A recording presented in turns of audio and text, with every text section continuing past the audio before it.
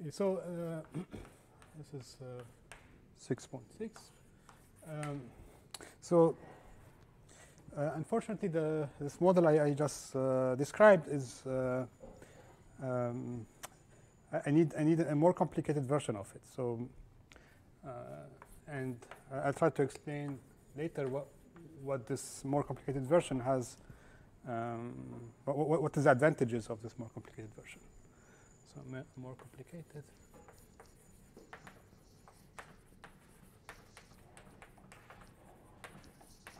Of the previous quotient.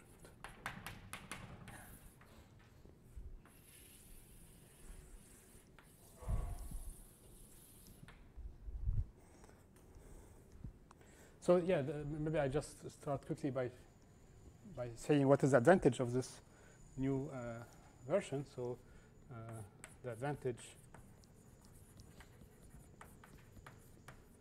is following. So we will be able to define some a double filtration on this object. So we will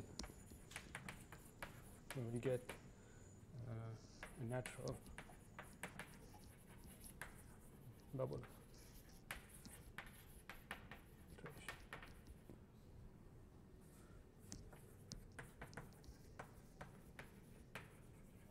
on the new one.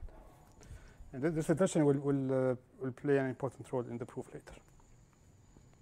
Okay, so but again, unfortunately, to describe this new quotient, I will have to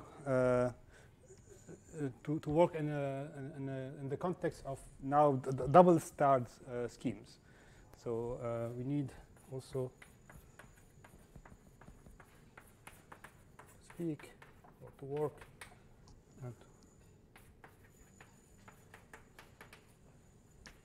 in categories of star schemes.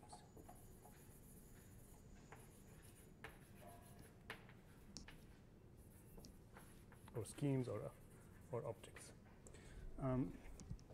So before I was dealing with star schemes, this was just a morphism schemes, and now this will be a slightly more complicated object. Just also to warn you, in case you happen to look at the paper, in the paper I don't use this notation, double star scheme, but I rather use this symbol.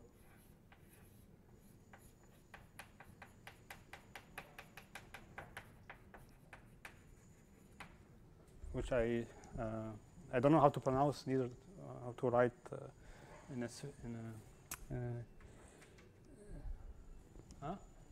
do you know how this is called? I mean, the LaTeX command for this is club suite. Club. Yeah, it's like in the cards. Yeah. Or I would say truffle in France. Yeah.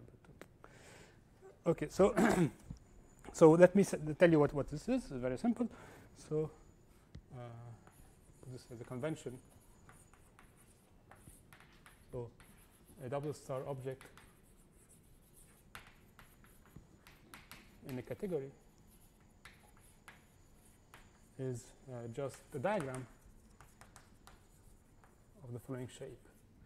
So a diagram that I usually write as x star star, and it consists of three objects, so x10, x11, and x01, and maps like this. And this is qx, this is px. And we already have seen this example, I mean, such a diagram just previously, where here we had x1, x0, and here we have this e1 bar alpha,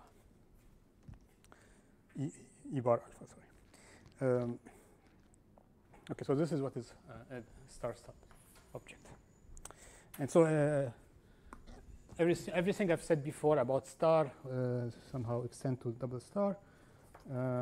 Let me just to make things precise, let me, for instance, define the analogous topology in this context. So this will be called the HH, so the triple H star star topology sorry for this. on star schemes. Okay, is generated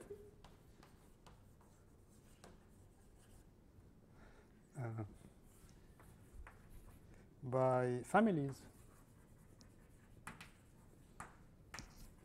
So like this,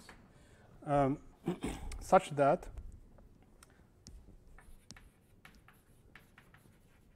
in fact there are two cases. So take some place.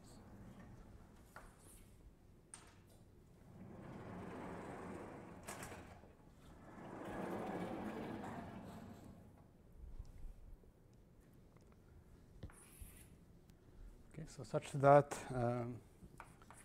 either we ask that fi1 star is an HH star cover, and the fi I think 0, 1 are isomorphism, or the opposite, fi star 1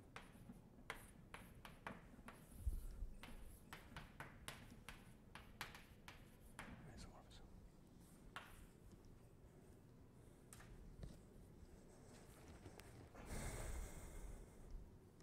And again, there is a star-star notion. So notion of star-star polytray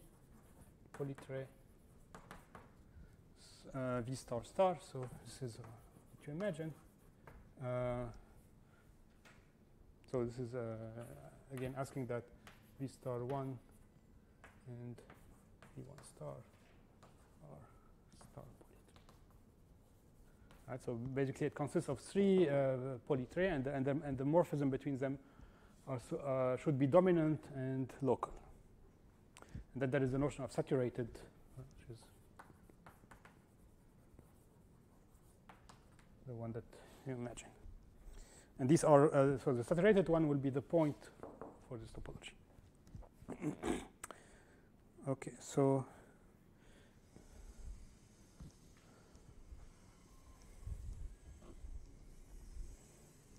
So we consider the following situation.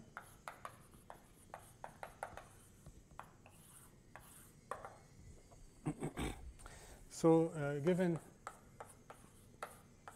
I alpha in this indexing category,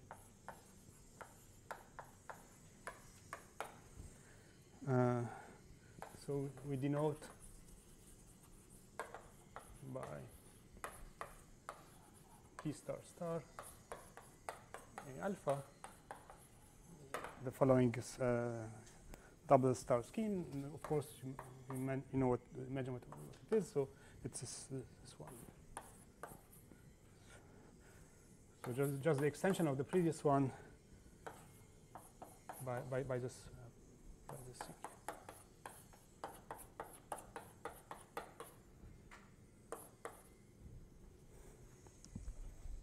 Okay, and so we will consider the category of regular finite type, stratified maybe or not, schemes over this double star diagram.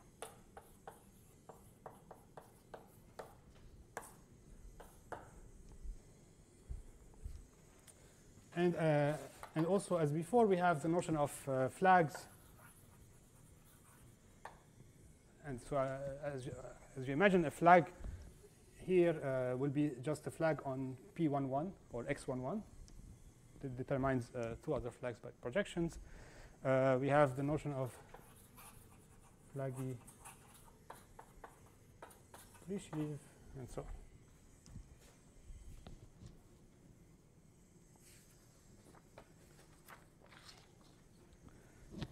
Okay, so we will somehow now, what we will do, we'll rather use this category instead of the simpler one that I used before, and see and somehow see that we can define a variant of this of the previous construction in this context, which is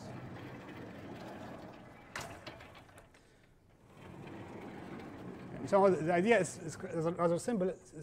I mean, before in the star context, we were essentially working over this part of the diagram, and so we had x0, x1, and we were working locally for the HH topology over these two guys. And now we want also to be able to work locally for the H topology over this part of the diagram. So this is why we now consider general schemes even over this part of the diagram.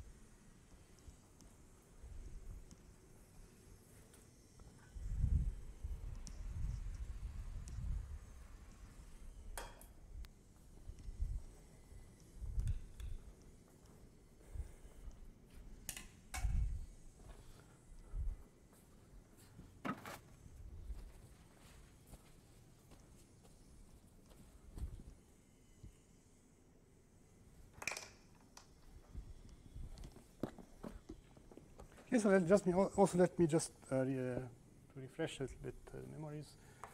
Let me also write down this thing that so this flaggy 2 functor now, but now we want to consider this as functor from so like the double star version, and here it takes a pair like this and send it to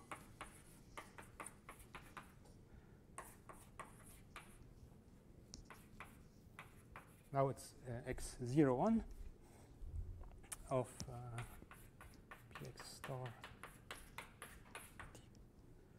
t. Okay, and so we have the flaggy pre-sheaf with value in this which is given by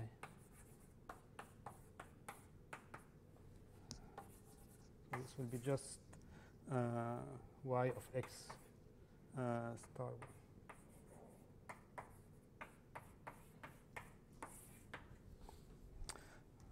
And so on.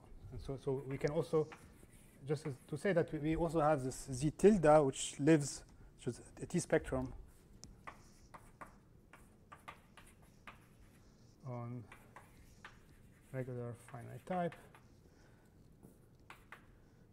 stratified with double star. And it's obtained by a simple restriction from the previous one. I think if I'm not mistaken, no, okay, I don't want to. Okay, so okay, let me introduce some notation.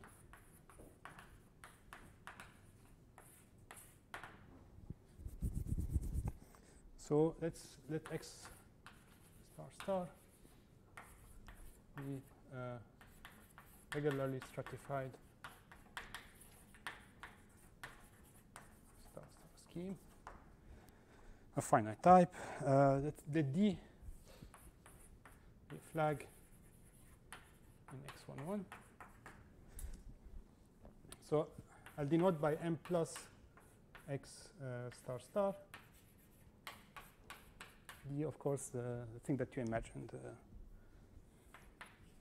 So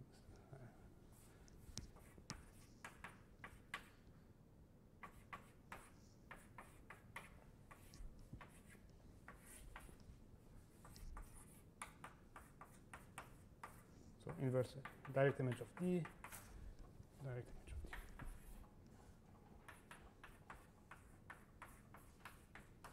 And in fact, I want to write it like this now. Maybe. This is P, X.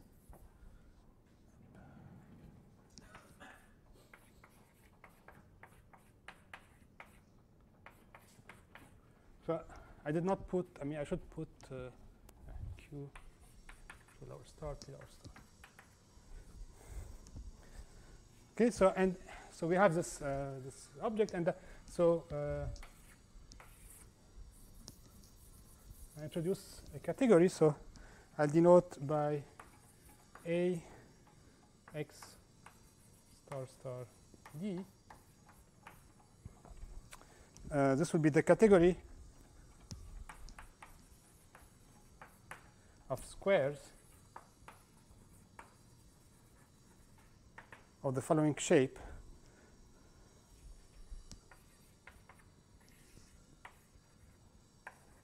So it's completion of this diagram by two maps, SU and RU. Right, so it's the category of so these are fixed. This is only what varies is these two maps, and the morphism is all of them. But in fact, I want to consider maps like this not in the category of stratified schemes, but rather this should belongs to the category of tangential, so regular finite type, tangential stratified. Okay, so these maps are just natural or maps of stratified schemes. They of course happen to take the open stratum to the open stratum, but these are can be taken to be some more general tangential morphism to some U. Okay, so in particular, U is connected here, stratified and regularly stratified. Okay, so for every X star like this, every flag I have this category.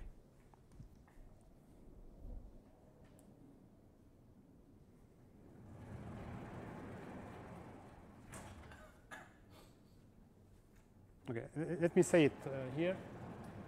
So I come to this later today, probably.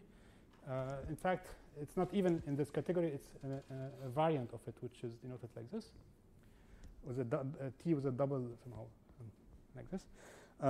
And don't worry about this now. I will come to this a bit later today. For the moment, it's fine to just think about the thing that I defined before, namely with the normal T here. So just tangential morphism between this and this.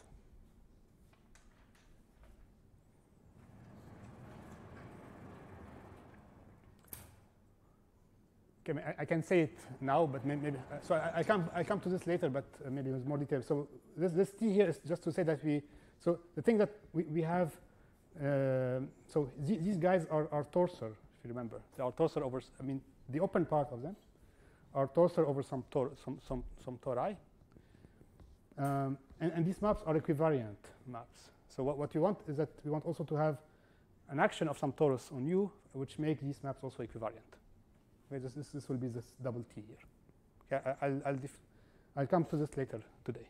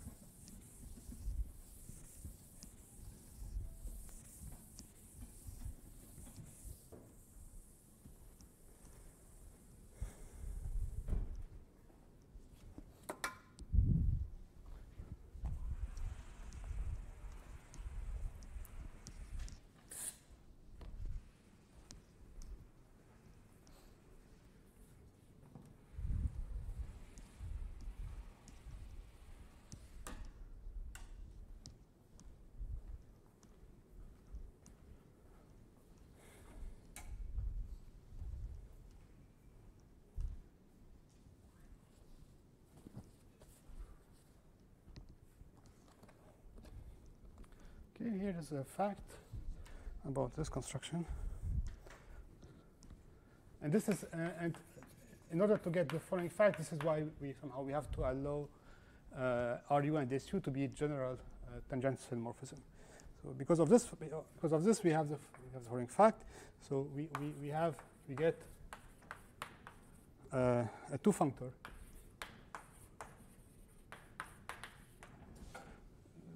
A that goes from this integral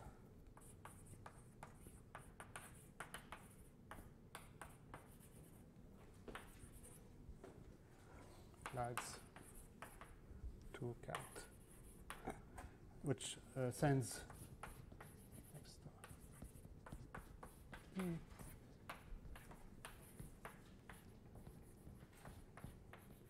to this category. Yes, which is a category of squares like that. And moreover, we also have now four two functors. They are indexed by two interrogation points like this that lives in, it can be in 1 1 1 0 0 1 0 0. Okay, so these four functors that denoted by mic like this, regular singular, they go from a double integral. So I want to consider them as functor on this category.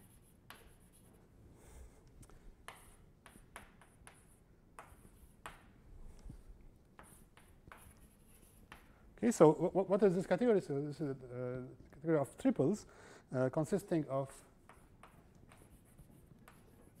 an object in this category, a flag, and then a U which is as in this square. Okay, so for each triple like this, I get a category make of the triple. Okay, I think yeah. So I describe these categories. So there are in fact two cases. So first, if you take this in the quotation, so this interrogation mark in this first entry. So first possibilities. So this is simply make regular singular of M0 X of T, and the usual thing. So it's just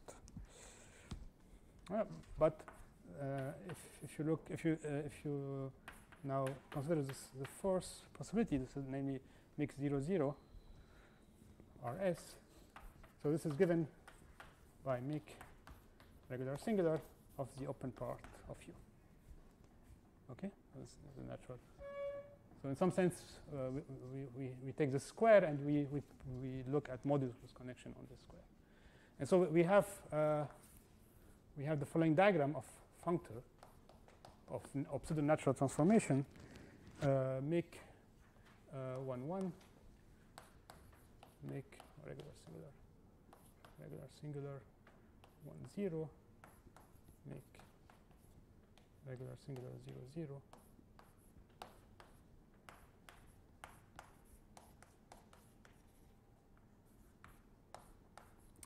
And this is P star, this is Q star, this is R star, this is S star. Okay, so which is coming from this square. So let me also say it already. So up to now, so in defining this Y before, what I was doing, I took an object which was n here, put push forward. And now what I want to try to do is rather to go this way in the square, rather than going this way, going rather this way. So apply R lower star and then restricting by S upper star.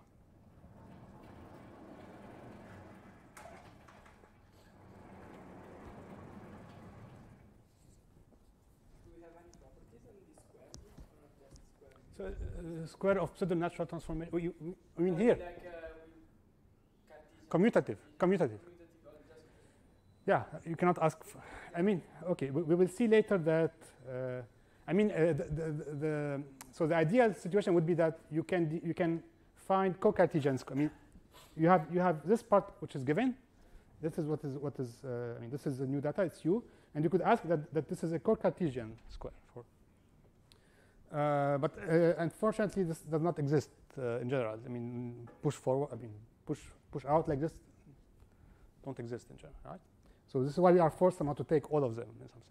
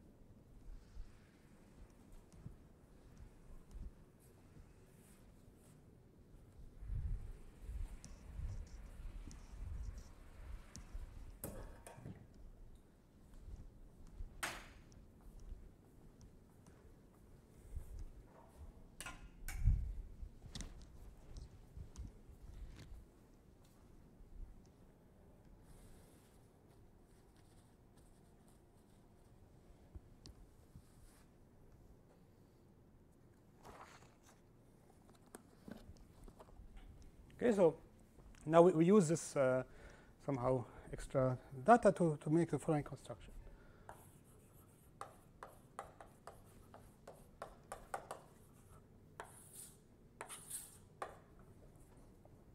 So we define a flaggy complex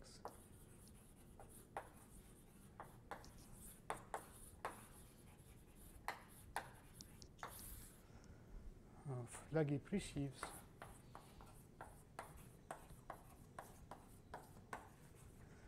on the category of regular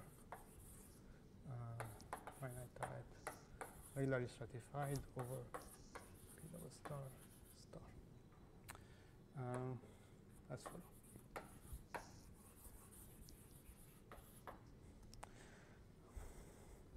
So here, this is P star star. The thing that I'm interested in, this is really the diagram of star star scheme.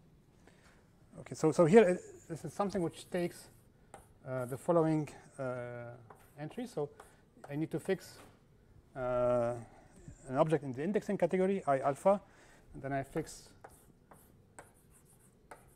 star star scheme over P star star I alpha, and then a flag. And this is, by definition, is given by the homotopy column. Oh, sorry, maybe I write it like this. So this is the homotopy colimit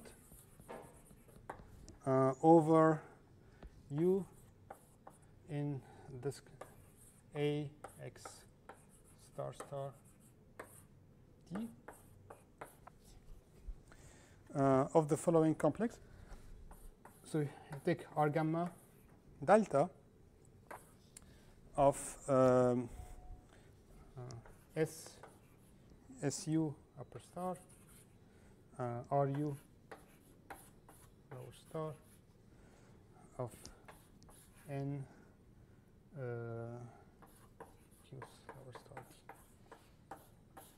Okay, so in words, what I do is the following. So for given a tuple like this, I have this n which lives here, right? This n q lower star d. So what I do, I take its direct image, naive one, it's not derived, and then pull back to up by S upper star, take the cohomology there, and then take a co-limit over all such factorization. Okay?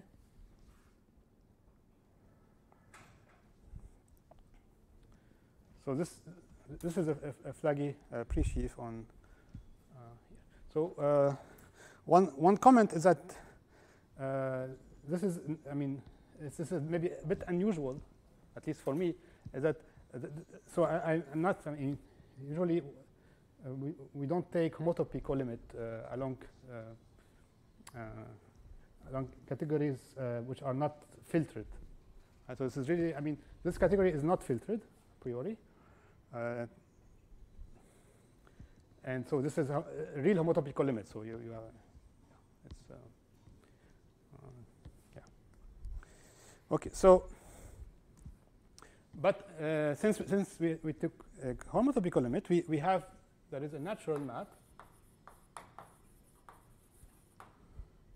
of flaggy complexes of pre-sheaves from Z to R gamma Y. And this is simply, this is the usual natural transformation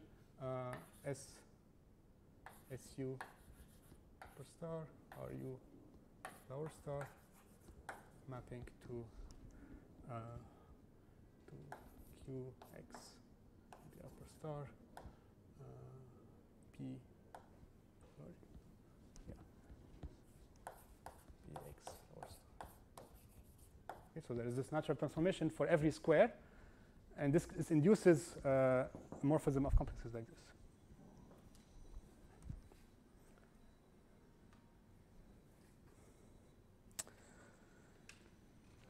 All right, so with this we have the following theorem. So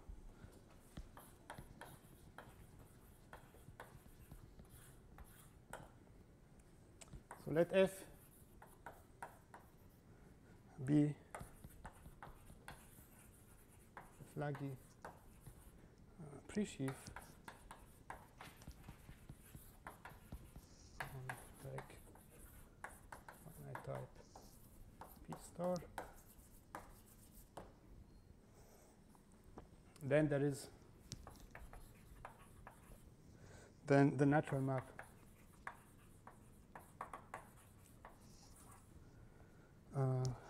from the Godman complex of F tensor Z, so the Z which is there, to the Godman complex of F tensored by R gamma delta Y underline is an HH star star local equivalence.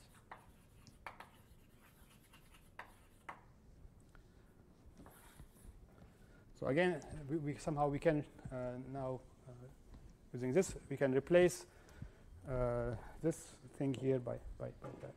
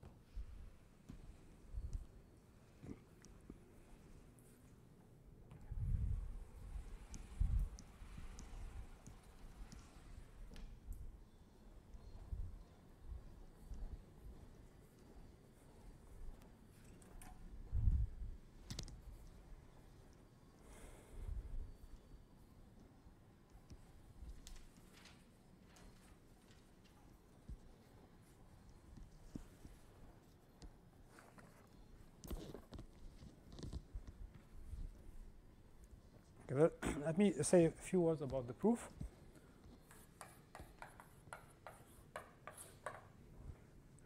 So as usual, we need to evaluate this map on a star star polytray V star star over some one of these objects. And show that you get a quasi-isomorphism. And here there are two things which are, I mean, there's maybe one or two things which are worth mentioning here. So what happened is that, so if you fix the flag on V11, then you can also look at this category, which is really the co-limit of the categories that you obtain by writing V star star as a filtered limit, co-filtered limit of finite type star star schemes. It happened that so this category becomes co-filtered. So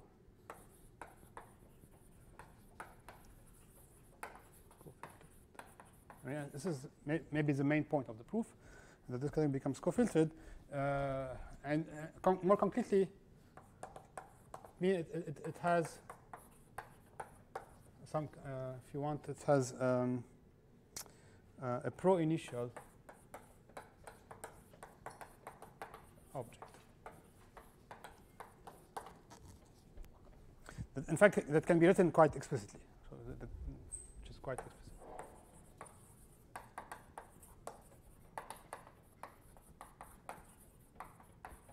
So in some sense, what I'm saying here is that, so I told you that, that these squares that we're considering, there is no co-Cartesian one. But in fact, so what happens is that if you, in this limit case, there is a co-Cartesian completion in the category of pro object.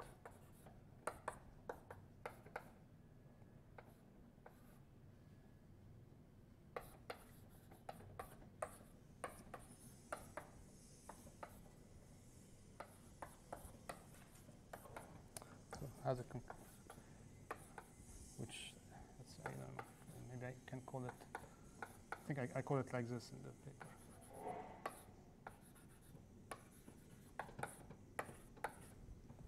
So there is a co-Cartesian square in the category of pro object of some type, and somehow this becomes a co-filtered category. So I just want to somehow maybe discuss this somehow particular case. Oh, thank you.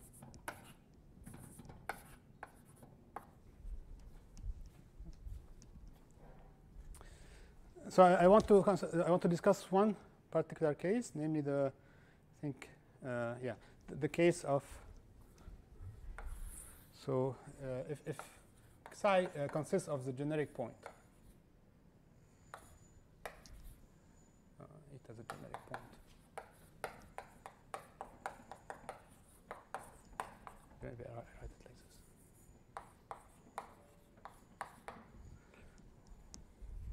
this. Okay, so in this case, I can tell you what is this guy. So in this case, so the co-Cartesian square is given. So in this case, we only have. So I mean, this guy is still V11 with its natural stratification.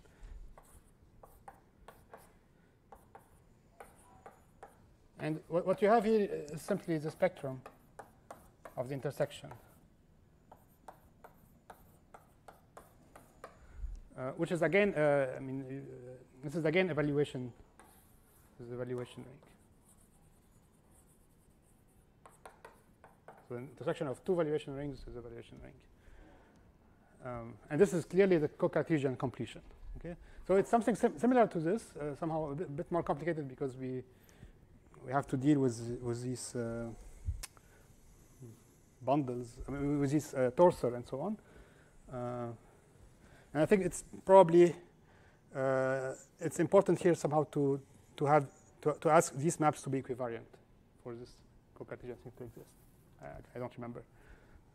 But anyway, so we have something like that. And then, so again, in this case, what we are left to check is the following. So here we look at again. Let's go give a name to this. So this is P, Q, R, S, and the goal is to show that the natural transformation S to is an isomorphism.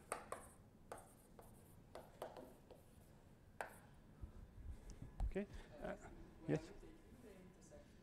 Oh, it's in OV11.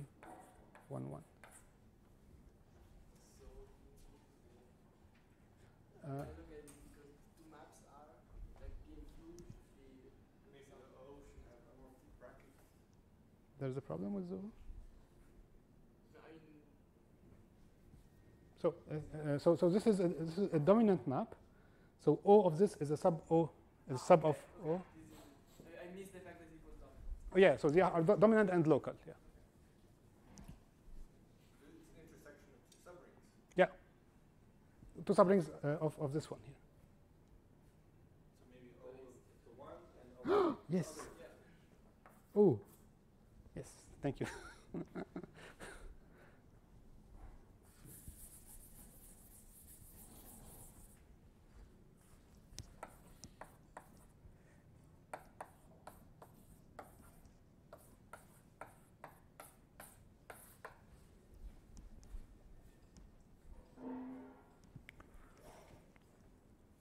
All right. So, yeah, we want to show that this map is an isomorphism. So yeah, once we have this co-filtered property, then we somehow we can write down the this homotypical limit as simply as just going this way and that way, okay, and taking cohomology. And so at the end we are left to show that this natural transformation is an isomorphism. And again, I mean, it's not so difficult, but let's just think about this case here. So in this case here, we are, of course, we are working over the open stratum everywhere. So we are in this situation. We have a field K11 has a subfield K01, subfield K10, and we are taking the intersection. So this is co-Cartesian. Oh, sorry, it's Cartesian in fields. And so we want to understand if going this way is the same as going this way. But remember also we only care about modules of logarithmic type, right? Because here we have a module of logarithmic type. This is the end. That, and again, model of logarithmic type are so simple. So this can be checked really by hand.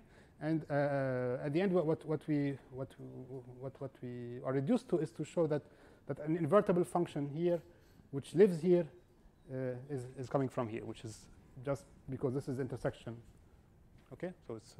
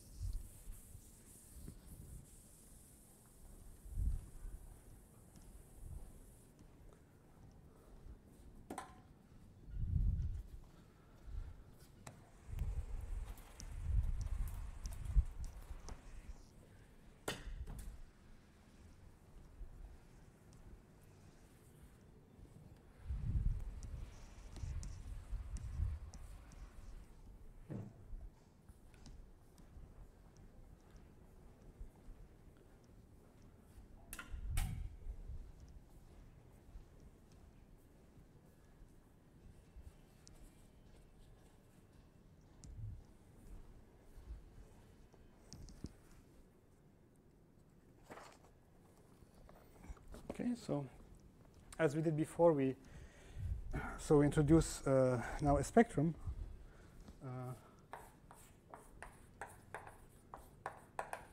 Notation. So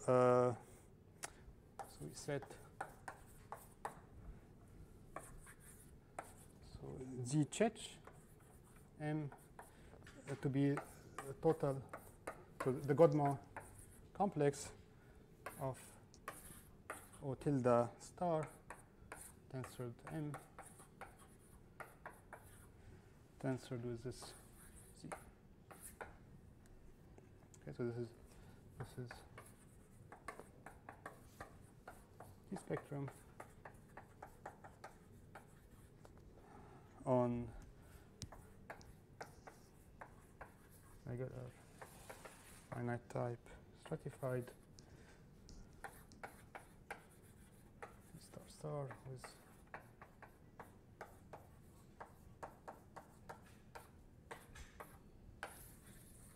okay. All right, so I also want to state a similar theorem of the one I just gave before the break. For this, I need to introduce some notation also, because now we are dealing with a slightly different situation. So now, so we define P tilde to be the following morphism of site. So I write it.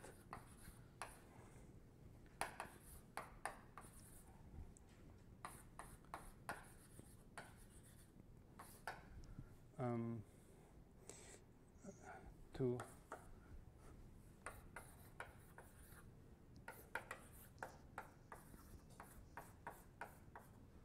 A. So these are diagrams.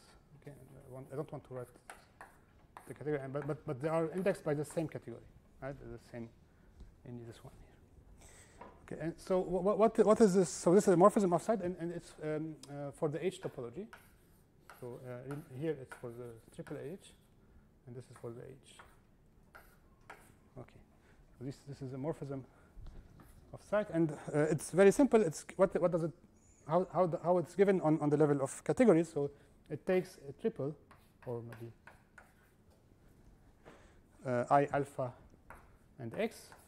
So here x is over AI, of course, and send this to the following object, I alpha, and then I have to specify a double star scheme, and it will be the following one: E bar alpha going to E bar alpha x going to x. Okay, so this is the morphism of sites. And then let me also remind you, there is pi, which goes to now really smooth over k, maybe stratified, I don't know.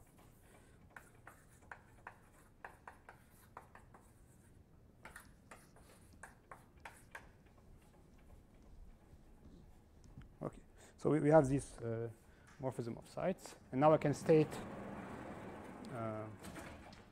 this slightly more complicated version that I want to work with later.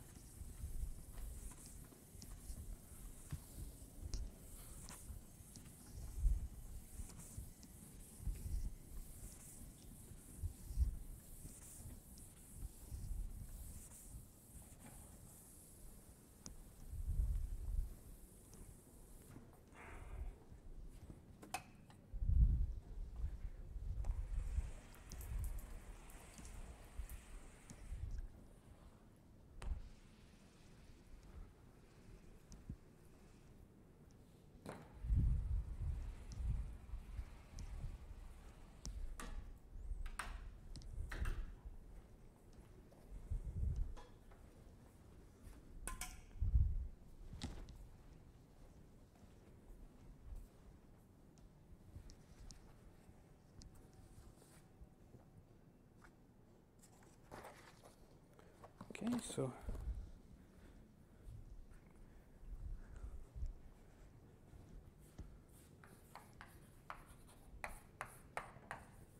exist morphism to spectra on those varieties between the RAM complex and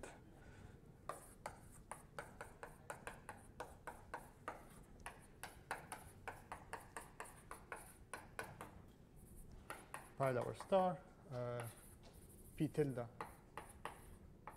star, and now it's g lower star as previously.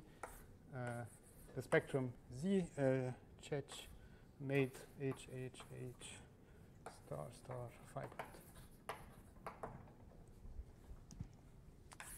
Okay, and this really follows from the previous two theorems.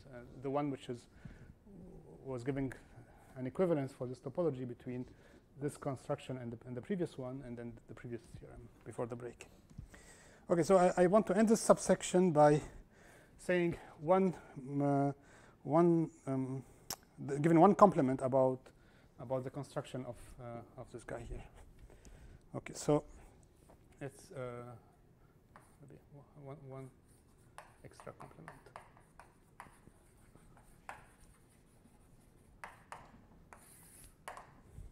So remember we had this flaggy prefief Z given by A alpha X star star D was some Hoko limit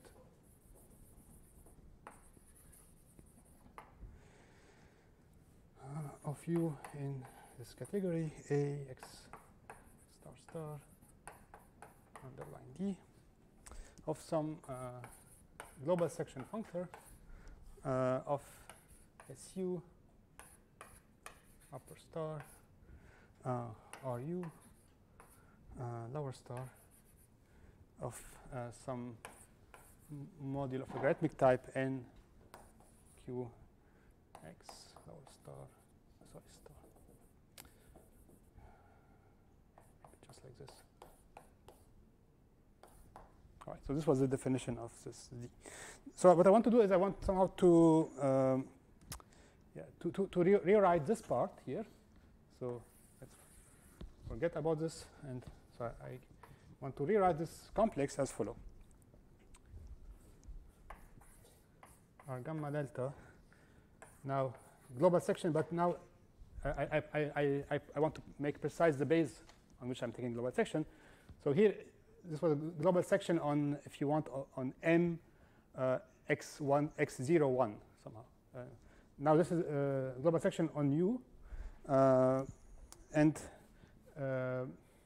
of the following modulus connection. So it will be R U lower star of n, the same n which is here.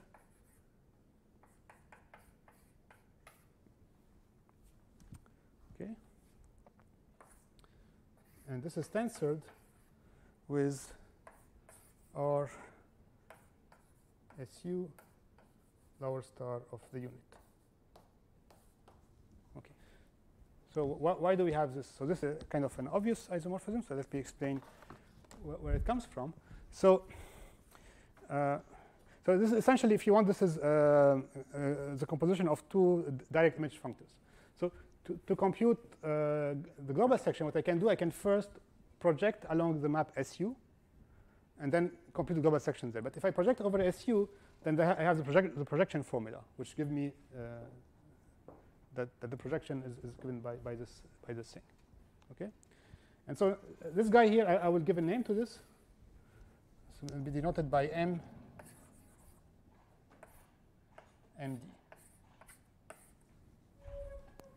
Okay, right. So this becomes R gamma of essentially of this guy twisted by MD. And now there are two things that I want to say about this. So two facts.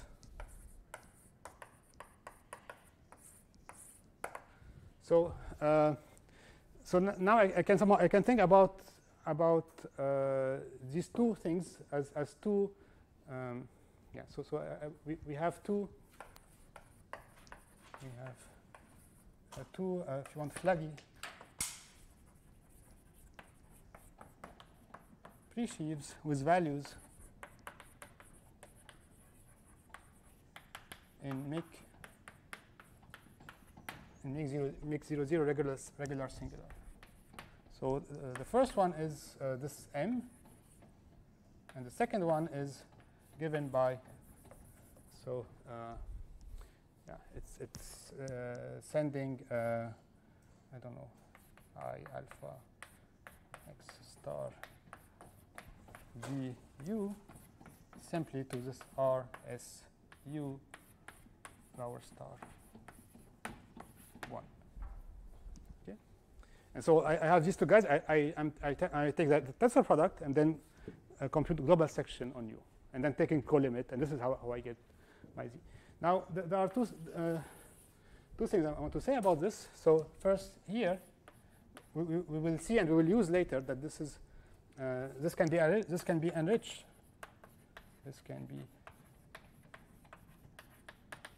enriched with a structure, so with a variation of mixed Hodge structure over the base, the varying base u, which is kind of clear because this is like, if you want, like, I mean, it's clear at least when S is a some I don't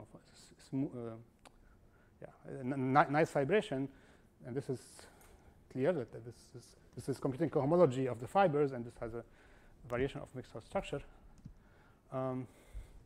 Whereas, so this guy does not have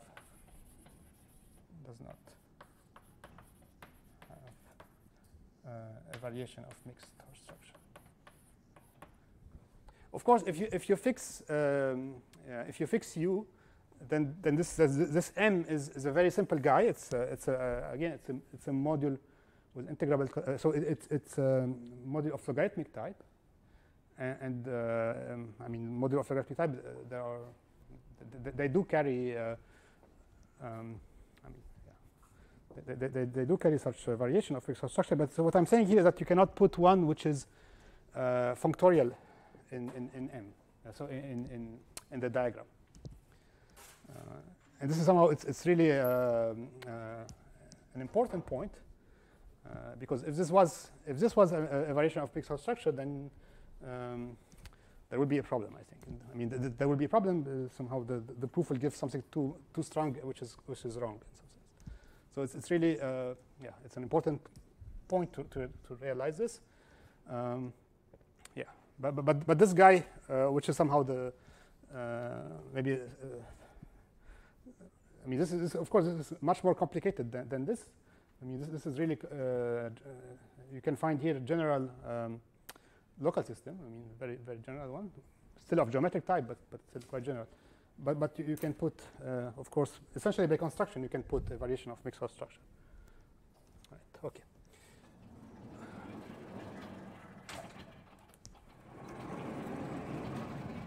So I want to end today's lecture with a last section about these two filtration that I mentioned at the beginning. So I want to somehow exhibit two filtration on this spectrum Z Church.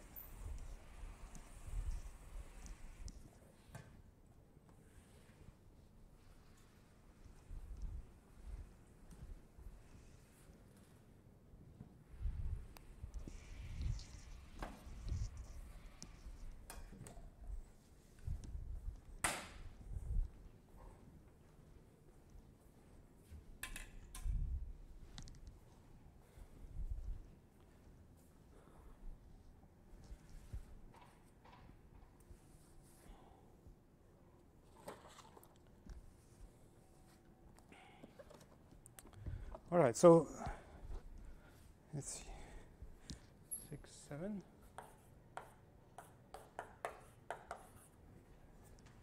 So filtrations.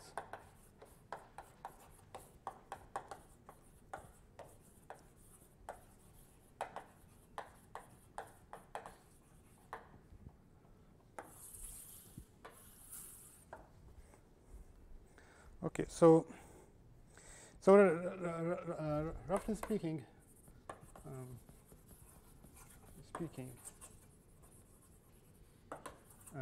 this filtration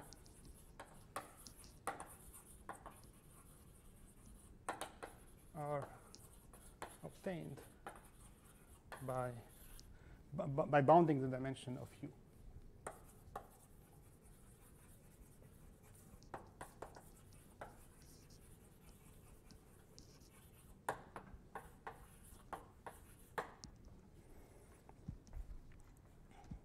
Okay, so let me explain this more precisely. Yeah. So it's here where I need really somehow the right definition of A. So here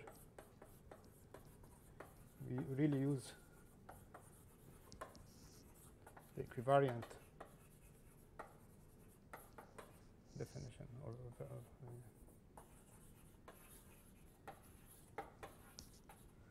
AX star.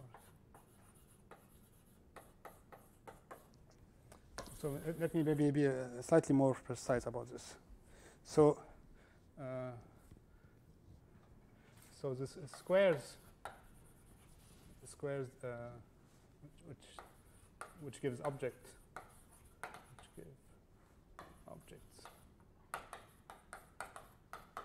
in AX star star D are squares in this slightly enriched category, so which I denote by reg finite type stratified. So was it stratified with a double T like this. And so I just want to explain what is this category is. So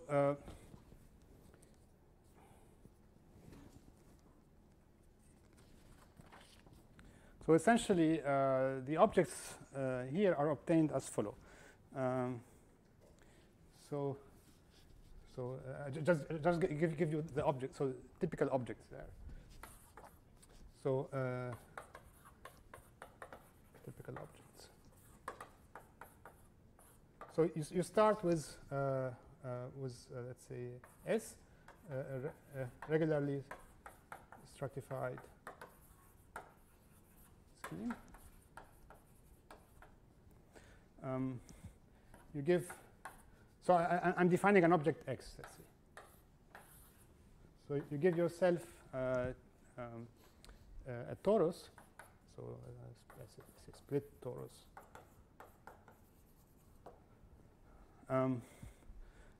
And then you give yourself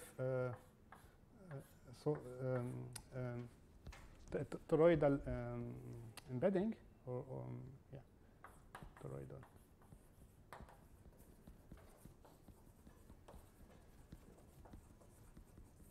So this is just somehow, yeah, a partial equivariant compactification of the torus, and then you give also yourself U over S a torsor over Tx, and then X will be essentially, I think, something like this.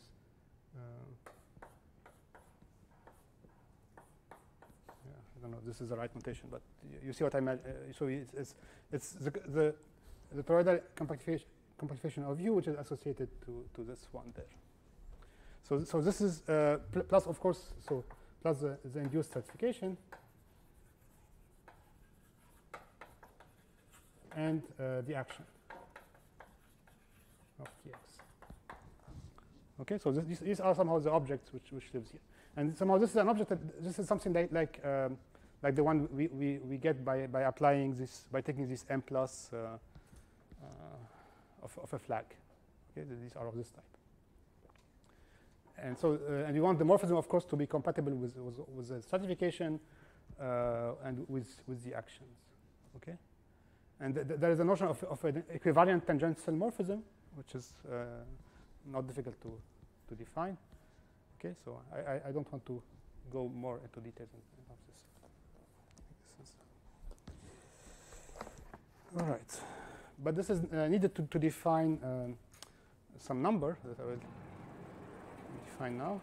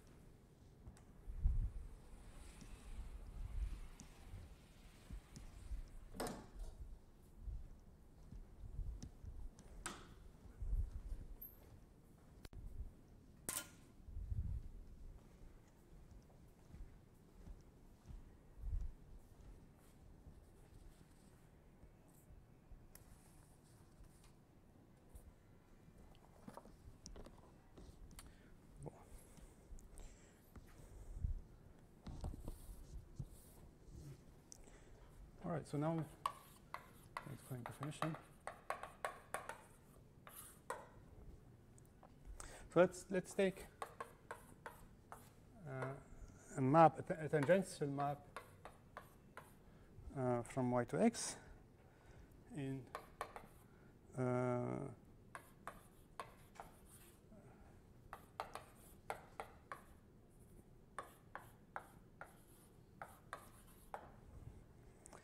okay, so this induces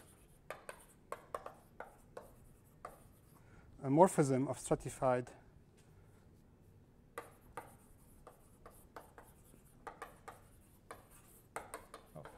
regularly stratified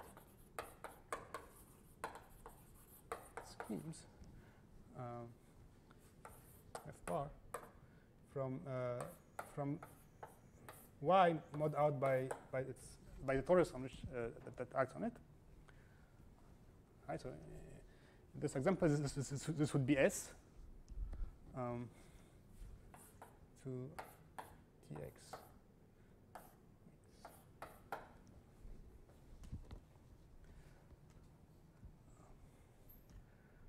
Right, so somehow this operation of modding out by the torus somehow kills all the normal information.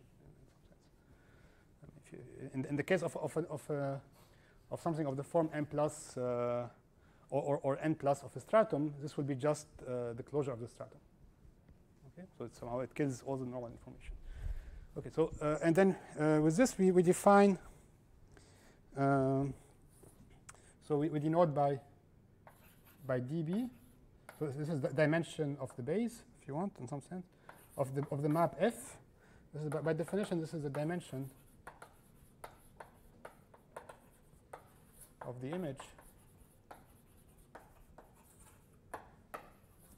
of F bar.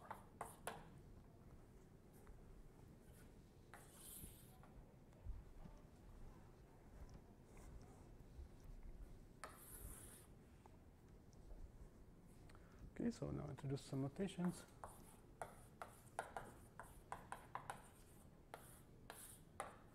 So take x star star as before, be a flag in x11. Then I denote by a smaller than n x star star d. So this will be the full subcategory of a x star star star d, consisting of those u's such that the dimension of the base of the map from m x1 x11d to u is less than n.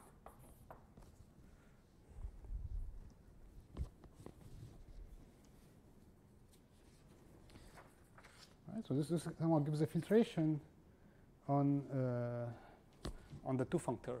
Yeah, so this is a fact.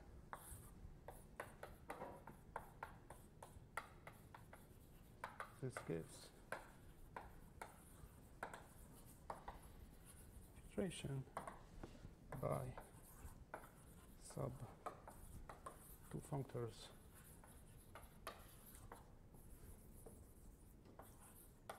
a less than n inside A.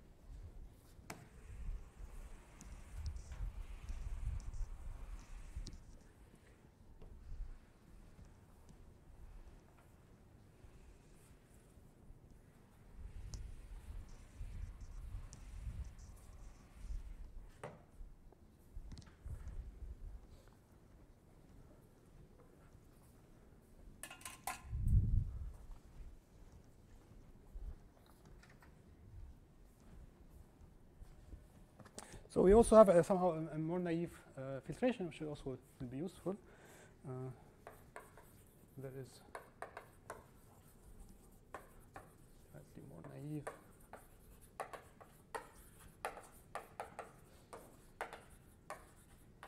On the two functor a, which is given by as follows. So I define fd a, let's say of x1 x star star, to be the set of u's such that just the dimension of u is bounded by d. This is also a well-defined filtration on the two functor a, and I also look at the intersection of these two filtrations.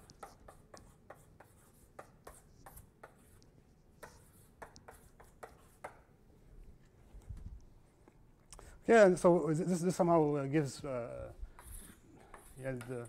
the filtration I told you about. So so the filtration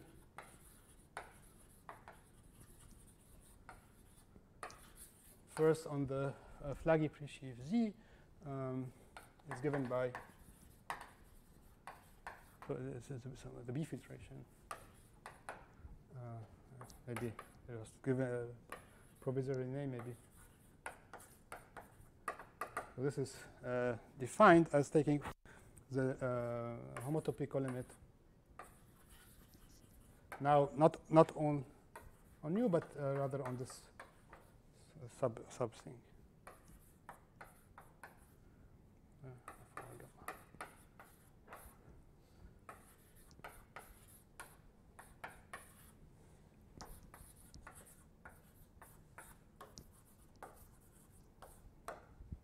Okay, I think that's all what I wanted to say. So hopefully in the next times next two times, I will explain how So I think that there will be no more new models of this quotient. So that I will think I'll be essentially working with this essentially with Z and maybe this spectrum Z Chech, and I try to explain how this can be used somehow to prove the main theorem, namely so the conservativity conjecture, and how we will use this filtration and also the thing that I mentioned today, that we have a structure of a variation of mixed host structure on these objects. Okay, so this will be for the next 2 times.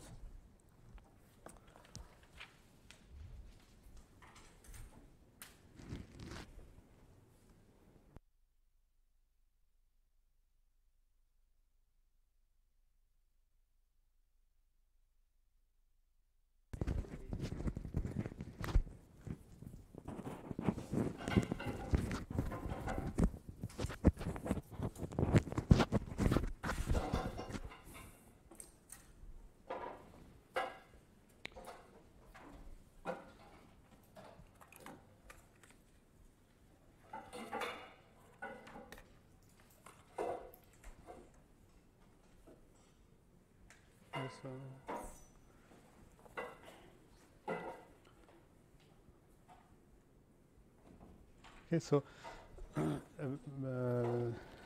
this is officially the last lecture of the semester, but I would like to continue lecturing maybe at least twice. I think twice after in June, and I was discussing with Andrew, and it seems that Friday in 2 weeks it would be a good date. So I don't know what is Friday 8 maybe, or I think Friday 8 of June. Is this okay for everybody? Yeah.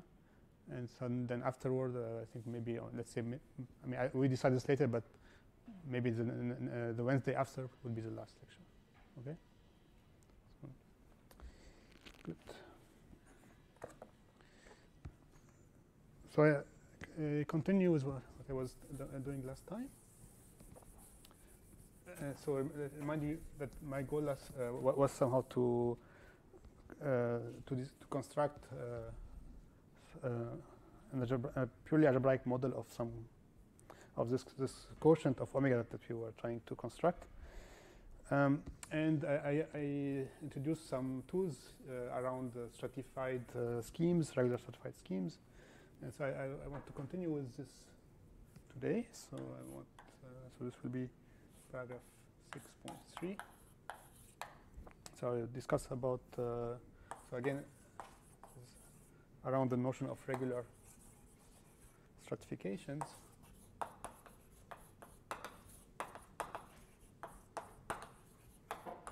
Three, and this will be about topologies.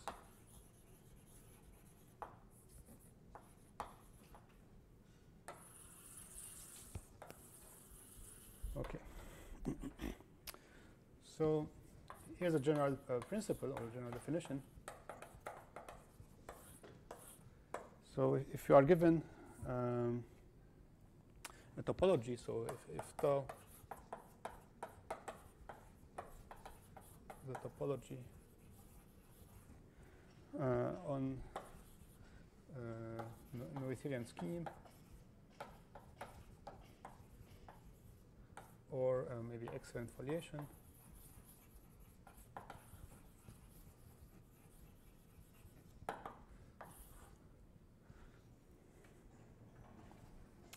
so then a family of stratified morphism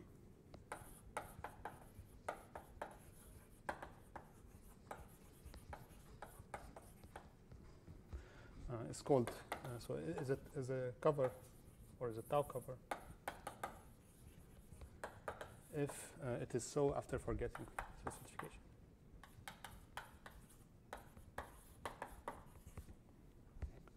Forgetting the stratification.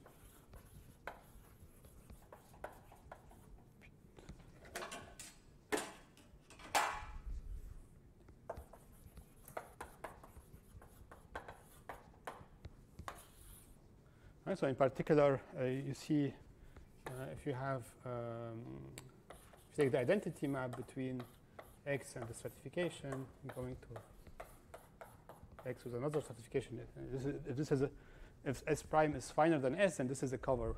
This would be for any topology. Okay, so and I'll be mainly interested in the case of the H topology, in fact. So maybe before also. So of course, as usual, this same thing also apply for star objects. So if I have again a morphism of star schemes, then I call this a tau cover if it's so after forgetting stratification. So the main in this so the main topology that I'm interested in is the H topology. So we will be interested mainly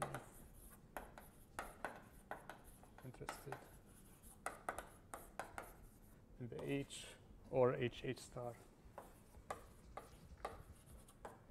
topology. And we have the following first observation. I put it as a lemma.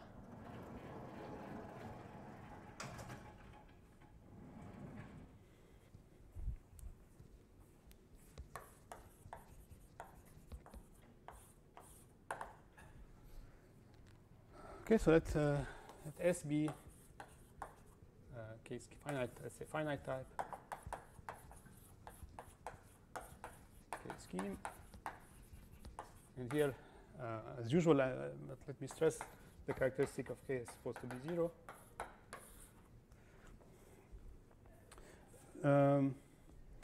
So there are two parts. So the obvious inclusion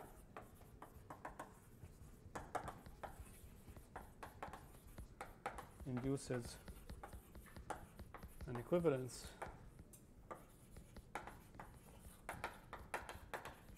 of sites, and the obvious inclusion is the one from so I write it in the opposite direction. So finite type schemes over S for the H topology, there's a morphism of site that goes to regular for the H topology. So this is given by the inclusion of regular schemes into schemes. So this is an equivalence of sites. So it means that it induces an equivalence on the topos. And same for the stratified version. So let me write it. So if I put sigma with the H topology, and this is the same or equivalent to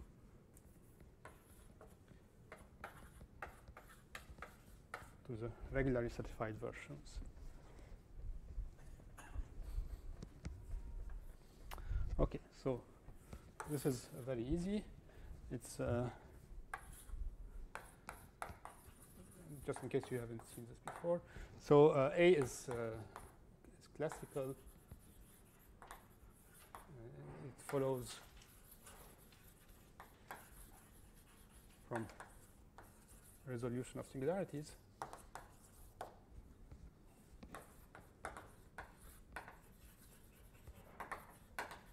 Which tells that any scheme of finite type over the field can be covered for the H topology by something which is smooth. And B is same. Again, it follows from resolution of singularities. Here, just we need we need a bit. We need slightly more. We need to know that we can also refine the stratification so that it becomes irregular. Right, so we also use resolution of singularities to get a regular stratification. But it's, again, it's the same thing. It's the fact that you can cover for the H topology anything by something which is regular. Right, so this is Of course, it is. I should say maybe here that so this is a nice site because it has fiber products. This does not have fiber product, of course, because you destroy the property of being smooth.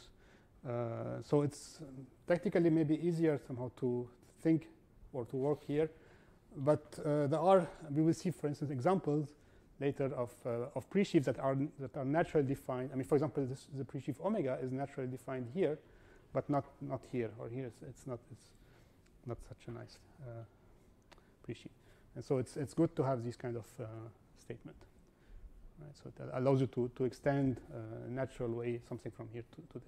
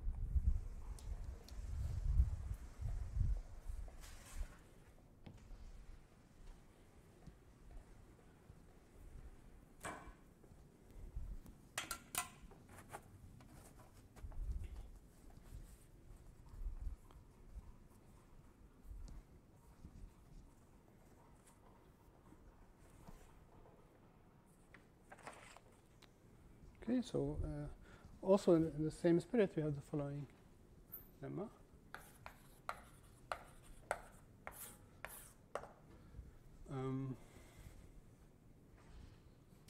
Again, so as before, so the obvious inclusion.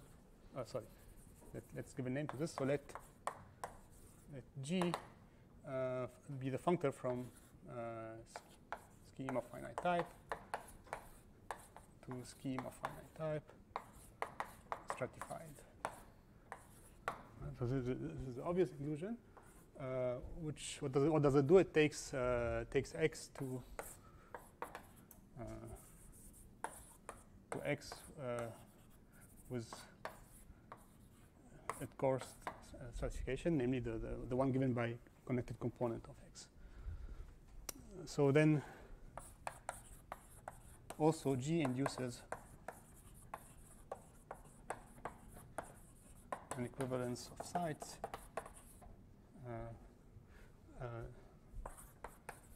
it's also say so for the H topology, but here actually H is not really important. In fact, for any tau, as I defined before, it will also work. Just put for the H topology.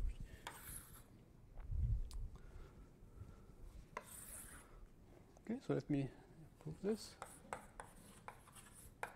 So again, this is somehow a general fact. But so to prove it, it's maybe one way is to do as follows. So we introduce another functor, which I denote by O. It goes from the opposite direction. And this is given by forgetting certification. It's forgetful functor. And so this is actually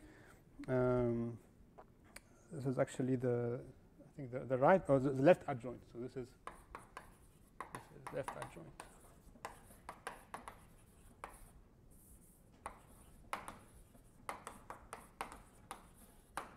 to G. And so in particular, this and even and also we have, I think let's see which one. If you compose so the G and O, you get identity, right? If you take a scheme and you put the coarse foliation, the coarse certification, and then forget it, it's just itself. Okay, and so what we need to check is that so this adjunction OG it induces also an adjunction O star G star on H sheaves. Right, so it's kind of clear that these two functions they are continuous for the H topology. So and so by this we get also that this is identity. So we are left to check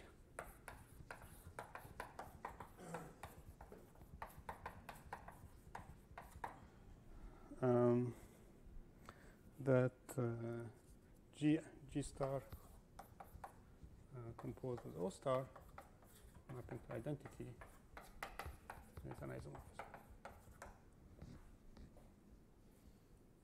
Or it's maybe the map goes as fast as this way. Okay, so we check this. So and it's enough to check this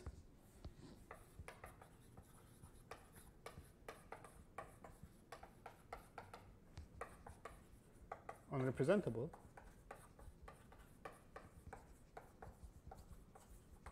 So i.e. H sheaves that are associated to a finite type scheme X. But so in this case, the map. So the map is then given by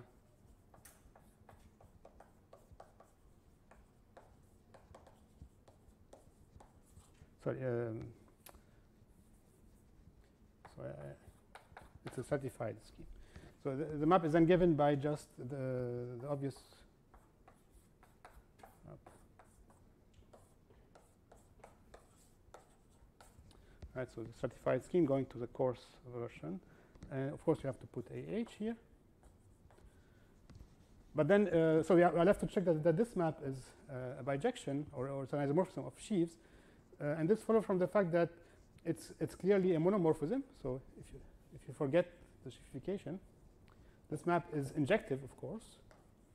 It's a monomorphism, but it's also a cover because this is a cover of this, and so it's surjective H locally, and therefore it's an isomorphism in the H topology. Okay, this is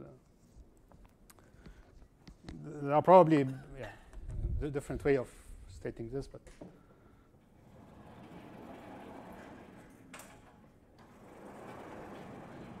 And as you see, we don't really use the H topology here, contrary to this statement. And for any topology for which we have the fact here that this map here is cover, the argument also works.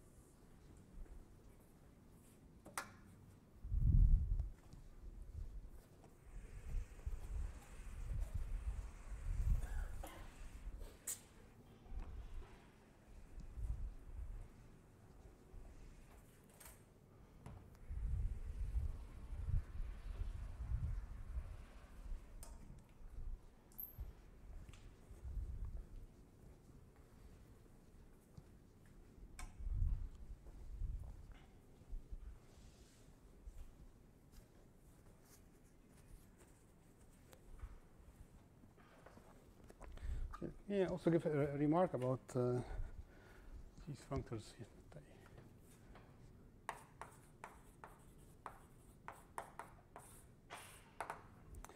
Okay, so this functor O star from let's look at it on pre-sheaves.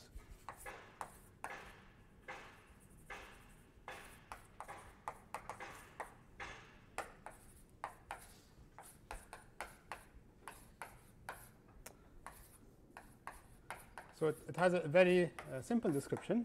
So it does the following. So if you have F,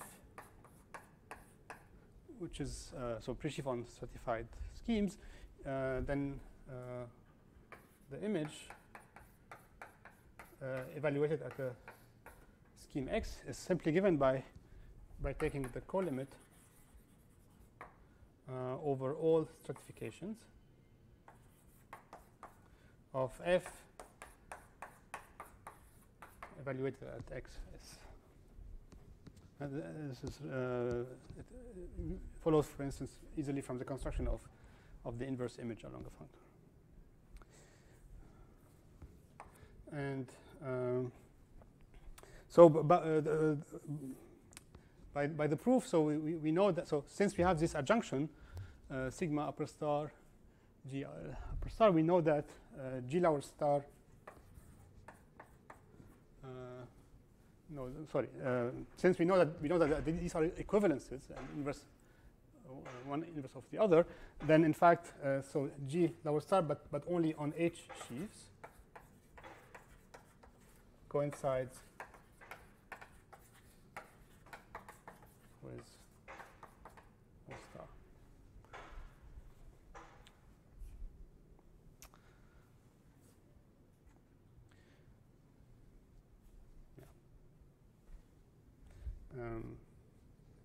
That's all.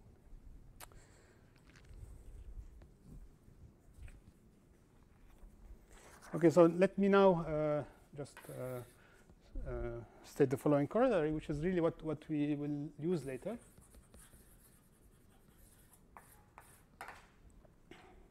So this is somehow follows from the previous two lemmas. So again, S of finite type over a field of characteristic 0, say for simplicity. So we also denote by G the functor from regular schemes to stratified or regularly stratified scheme, which is again given by the obvious inclusion. So then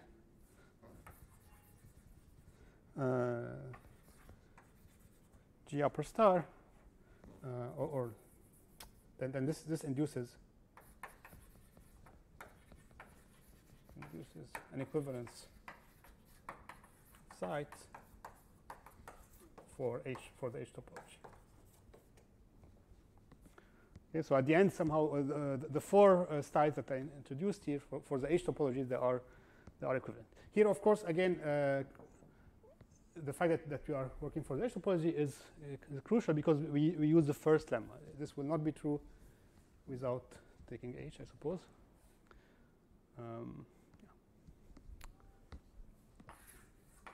Okay, so this is combining the two lemmas.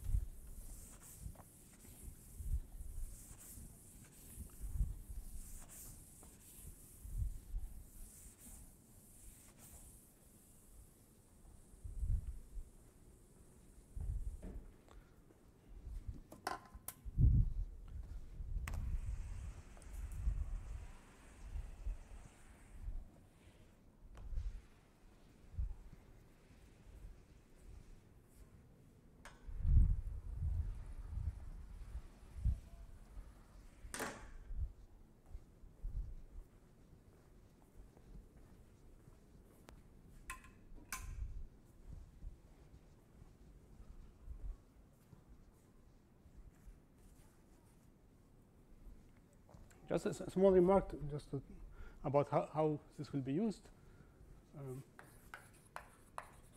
just make two remarks.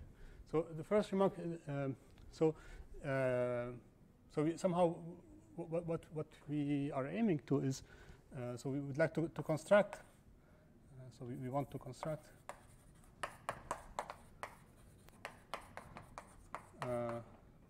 some complexes of pre-sheaves on, let's say, schemes of finite type, maybe over some base, or even maybe smooth, or even regular scheme over S. And so, so this is what we would like to get at the end, and we will get to such to this by first. So so to do this, we will first. So it will be easier somehow to first we will construct such a thing on this somehow much more rigid category, which is a category of finite type regular scheme with a stratification over S. So somehow here there are less morphism, if you want, and somehow this is a category which is relatively more rigid than this one, and there will be we will see some construction which only makes sense here, and then we will use this corollary somehow to transfer what we have, so the pre-sheaf that we have here to one which lives here. And so this is somehow how we will use this corollary. And the second remark is that so the previous facts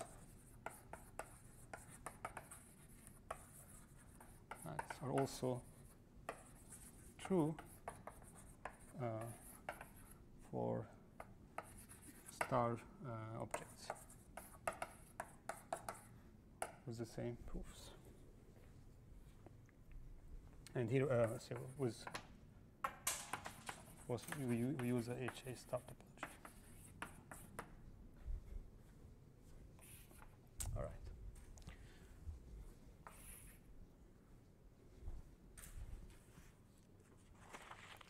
Okay, so the next topic today will be about the notion of flaggy pre-sheaves.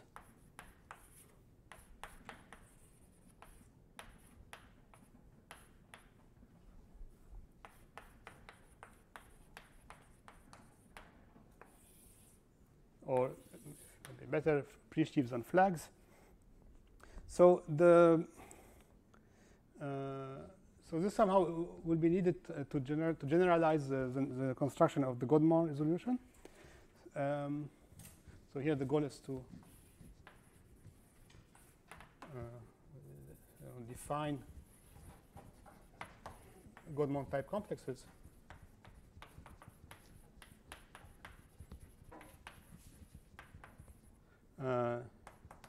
in more general situations.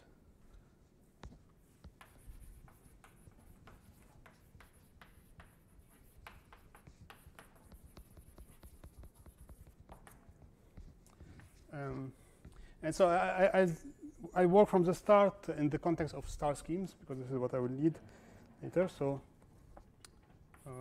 work with star schemes, of course, but everything also somehow makes sense for just simple schemes.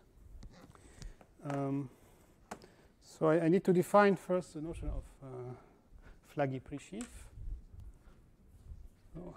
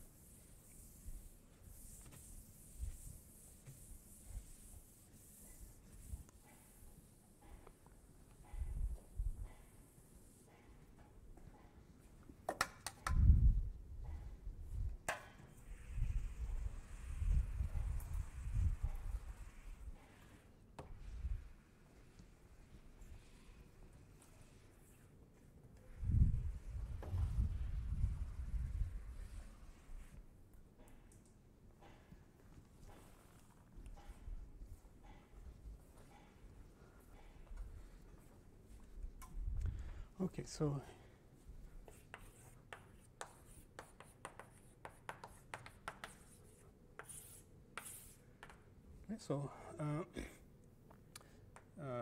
let's fix from now on just base star. So a flaggy pre-sheaf on some subcategory V of finite type stratified schemes over P star. So this is simply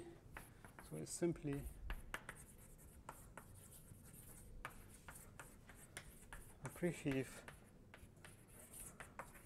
on the category that I've seen before, which is the integral of V of flags. So maybe let me write it like this. Of flags of x1. Okay, so this means that i.e. Given a pair of star scheme and flag, we associate to this an object f, which I will usually, at least it uses confusion. I will simply write ft. Of course, it depends on x, but we write it like this. Okay, so this is the notion of flaggy pre-sheaf, and as you imagine, this you can now repeat the construction of the formal Goldman complex in this situation. So very quickly. So now, if f as before,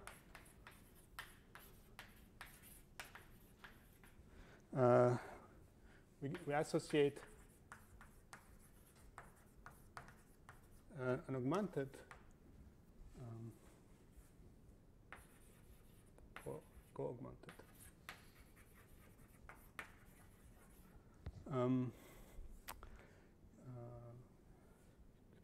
co-simplicial pre-sheaf on the category V by so that I denoted by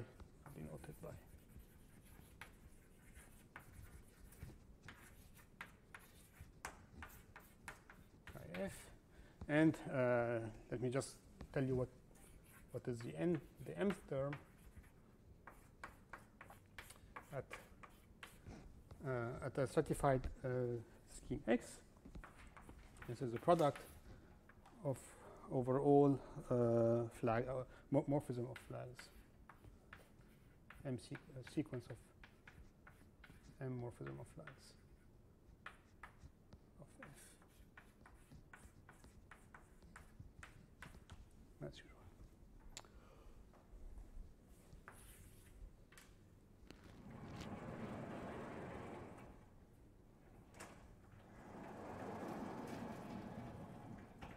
So I should put the star.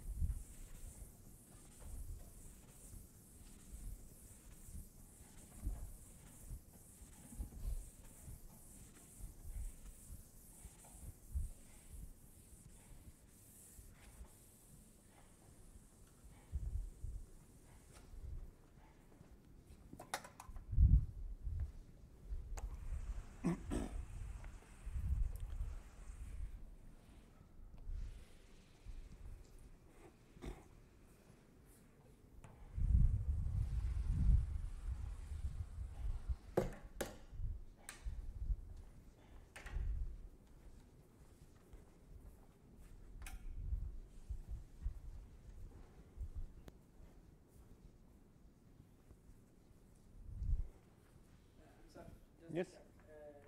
This fact that you wrote x1 there, it was because the flags were only defined on x1, and then one or the other were given by projected by. Yeah. So. So these prefixes should depend mostly on x1. No, no, no. They depend also on x0 and the certification. Yeah. I mean, so even if I write it like like this, fd, as I said, it depends on x star, and in particular on x0 with its stratification. Okay. So the flag d determines the flag on x0, but still somehow x0, and we see examples where the value f depends on really on x0 also.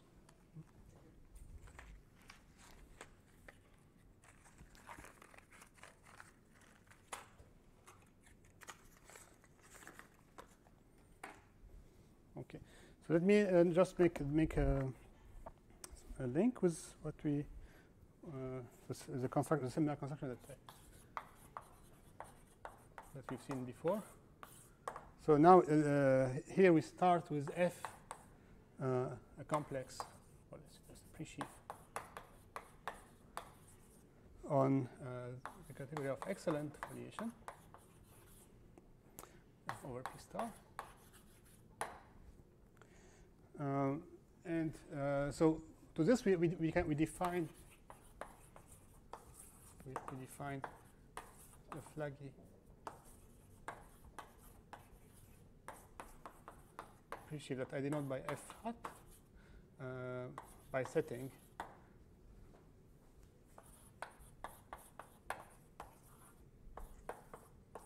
f hat of d, or let me here write x star. So by defining this to be the value of f at the completion of x star at d. So of course this makes sense for any excellent foliation, but I want to restrict this to finite type schemes.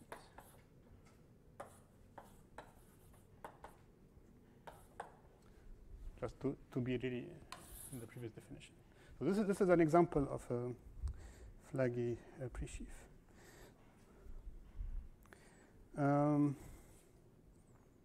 And so with the notation of a previous lecture, so we have that so this Godman complex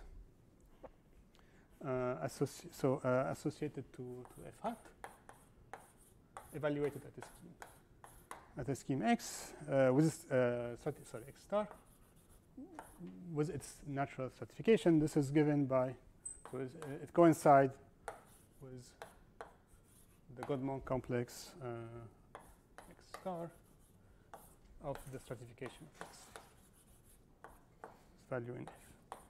So this is the previous notation.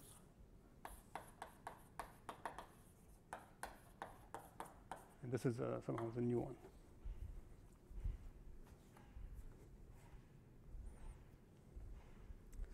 Okay, so to continue with this, we have the following lemma. Again, just to make a link with the formal Godman resolution. So same notation as before, same notation, same as in remark.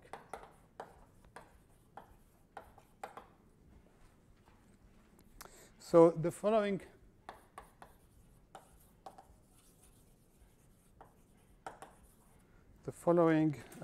two co-augmented co-simplicial objects are the same.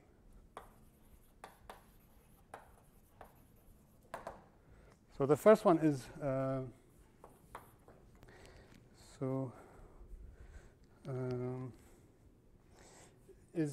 sheafification for the HH star topology of the formal Godman complex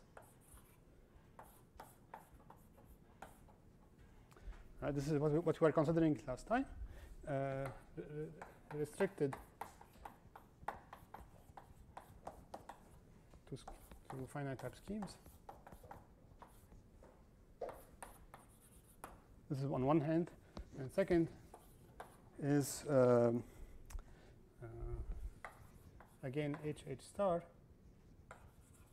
of the Godmont complex, but associated to this flaggy presheaf f hat. Now, see, these two things are not really they're not really comparable objects, because this is still this is a presheaf on stratified schemes, and so to be able to compare them, I restrict via G lower star. Okay, so these two are the same.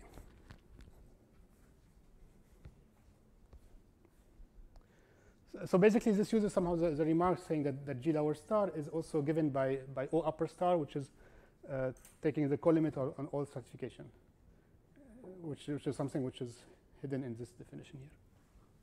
Okay.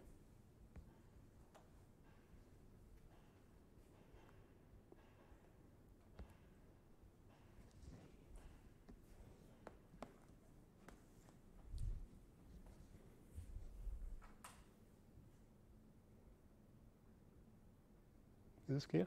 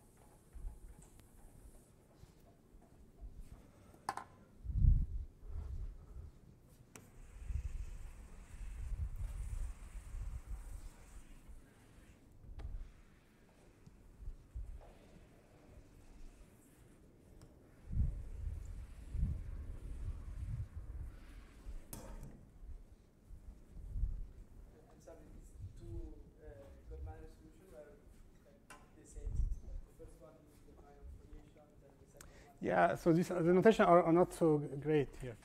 Okay, let's see. So this was defined last time, I think, and let me remind you what was this. So this was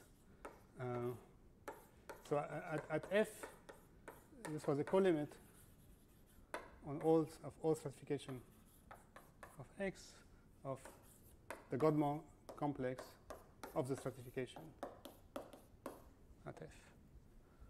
Okay.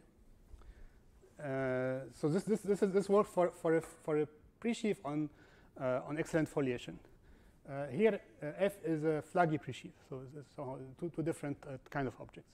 Okay.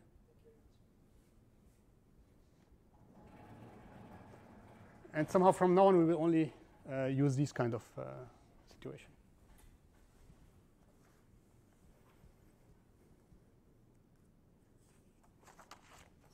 Okay, so now I have all the tools to be able to describe this algebraic, the purely algebraic model of omega. So purely.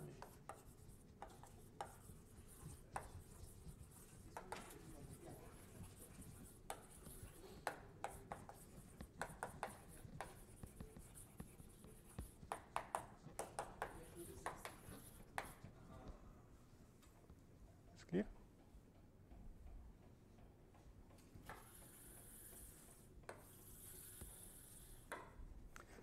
Okay, let me again, just to fix some notation, remind you of the situation. So we have this map. So far we have constructed the following map from omega to some map of spectrum.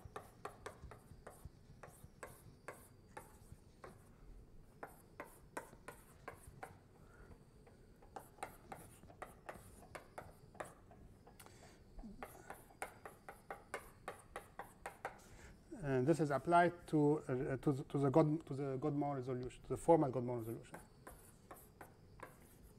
So this is the one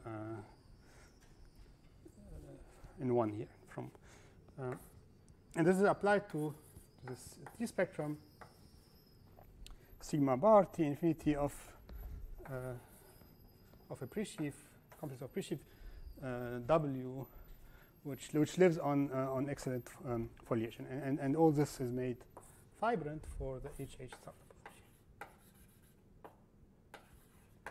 So this is what we have so far, and this is it lives on excellent foliation, but I want to restrict this, so we restrict this now.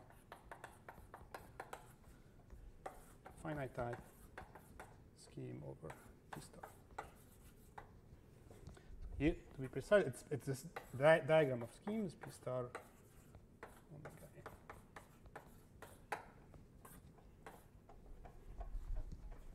Okay. And so what I want to do is really to get rid of the completion that are apparent, that are hidden here. Okay. So first, let me first use this lemma. So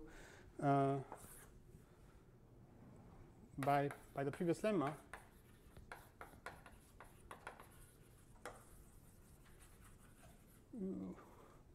we can replace, so after restricting to finite type schemes, we can replace this here by the following. So this part here, I can replace it by G lower star of dot the Godman complex, but now on this flaggy spectrum. Okay, so here just I take level-wise the spectrum and I associate to it its hat,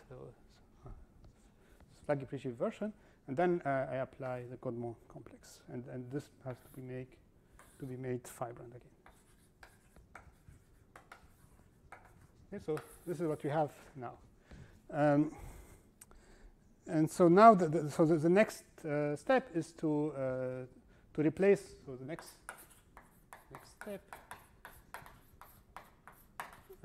to replace the flaggy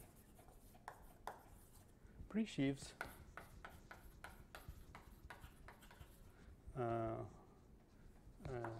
this one. So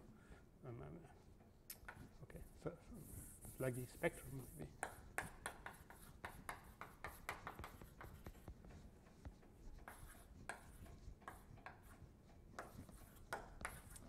By a purely algebraic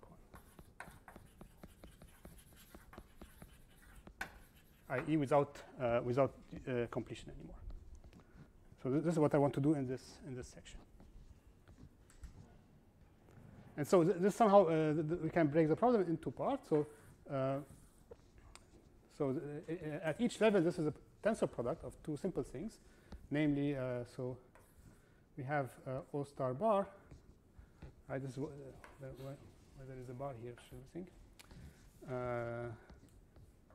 And then taking the associated flaggy presheaf, and then and this is maybe the more interesting one, is the hat of y. So we need to replace these two things by more algebraic versions.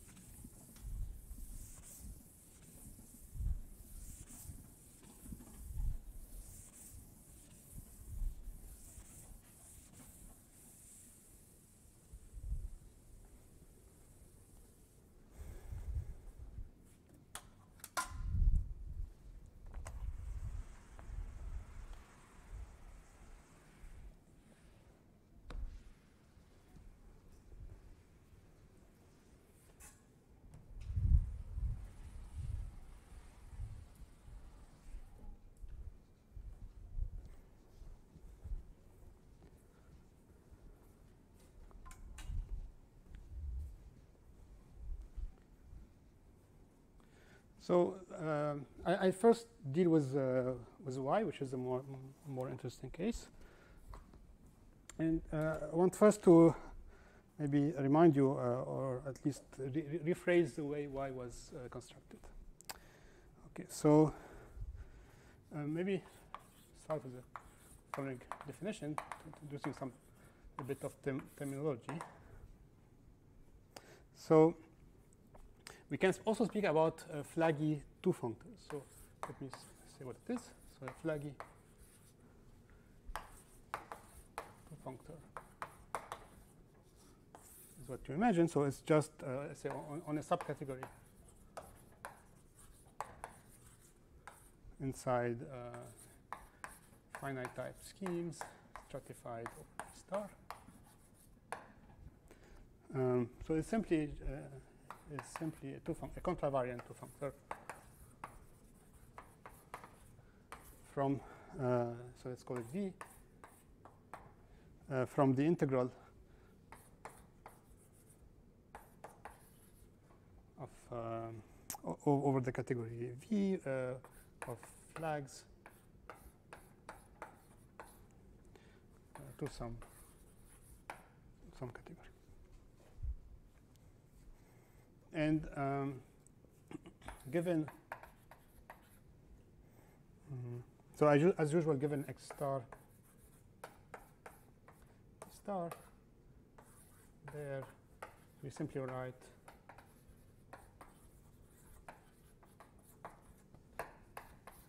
the values of this two-functor value.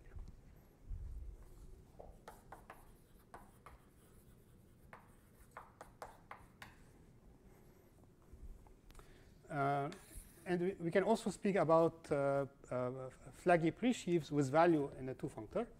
So if I'm giving such a thing, so a flaggy presheaf with values in V is what you imagine is the data, or it's a function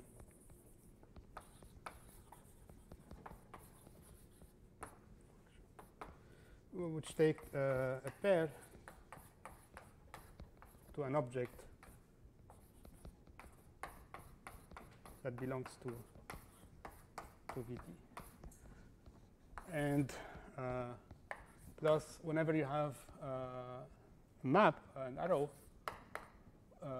from, let's say, y star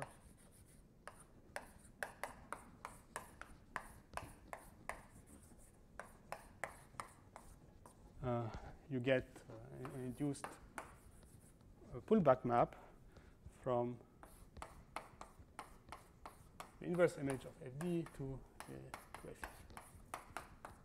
And this is what is a two-functor, what is a presheaf with value in a two-functor. Okay, so we will be dealing with things of this kind. Okay, so with this definition, I want now to recall the construction of y. Just rephrase it in using this terminology here.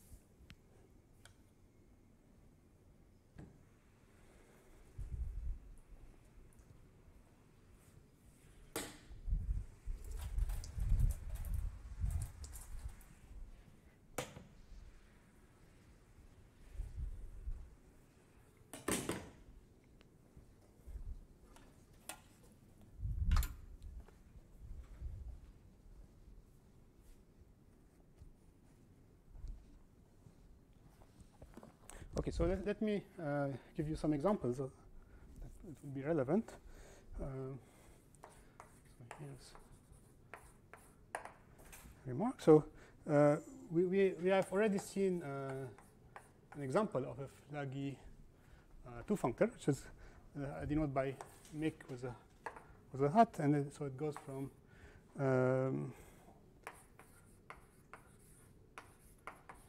finite types scheme, which are endowed with an affine stratification over P star.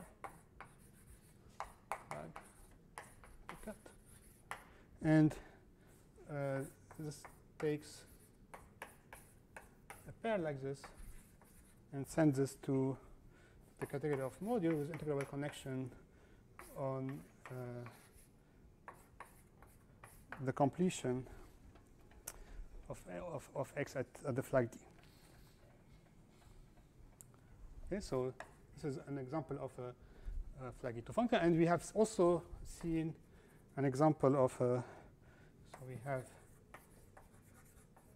a flaggy pre-sheaf,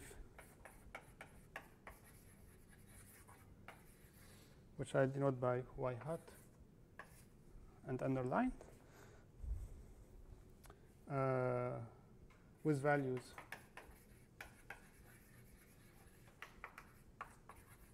in make.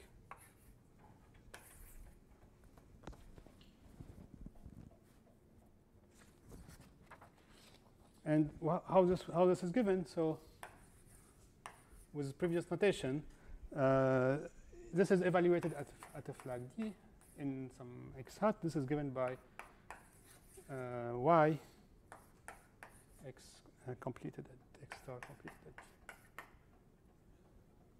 Well, there's a star here.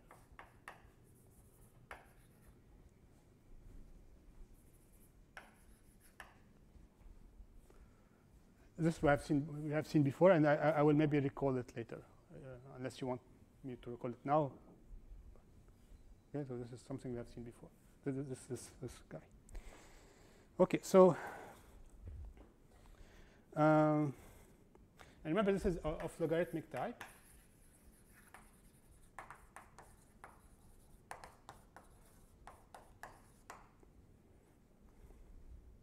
And then with these two objects, we can go. So let me go further. So we also have a pseudo natural transformation that goes, which is a drum complex that goes from this flaggy two-functor to the constant two-functor, which with value complexes of k vector space. And what it does simply, it takes a module with integral connection to its Durham complex. Okay, so with this notation, then y, the thing that we are interested in, it's not anymore on the blackboard. So this y hat is simply given by the Durham complex applied to this thing. So this will be by construction a flaggy complex, will be a complex of flaggy pre-sheaves. So this is our y, and so this is what you want to somehow what you want to do. We want to get rid of the completion in the construction of this. Okay, so we are close now to.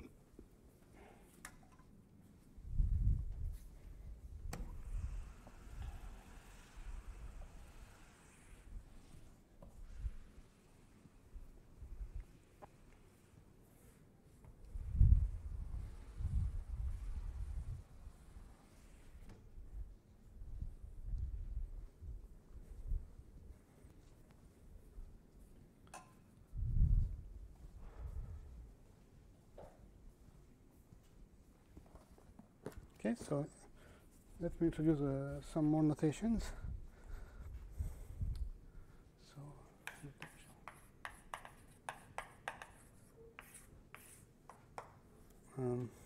So, if X is a smooth finite type scheme, I'll denote by make regular singular X. This is subcategory make consisting of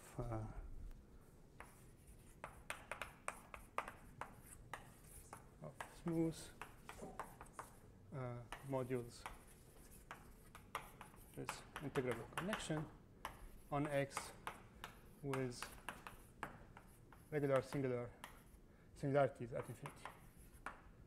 Okay, so last time we have seen a version of this where I put the boundary. Here it's the absolute version, which makes sense for a smooth scheme over a field. So we just fix any compactification and take regular singular with respect to the boundary of this compactification. Okay, and I also want to consider the big version of this. So this is, if you want, the int category of the small one, but also you can think about this as object in make X, which are union of mi, where mi are in the small. So it's a module with integrable connection, which you can write as a filtered union of its submodule which have regular singularities. Right, so this big MIC is the int category of the small MIC. What? I and the C, just that is a different M big I big C regular singular, big small, I don't know, small MIC, regular singular X. Here there is no regular singular. What is the problem?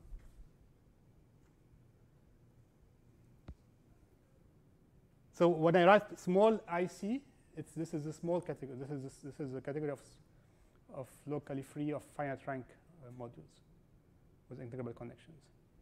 With the big IC, it's int object in the small one. Okay.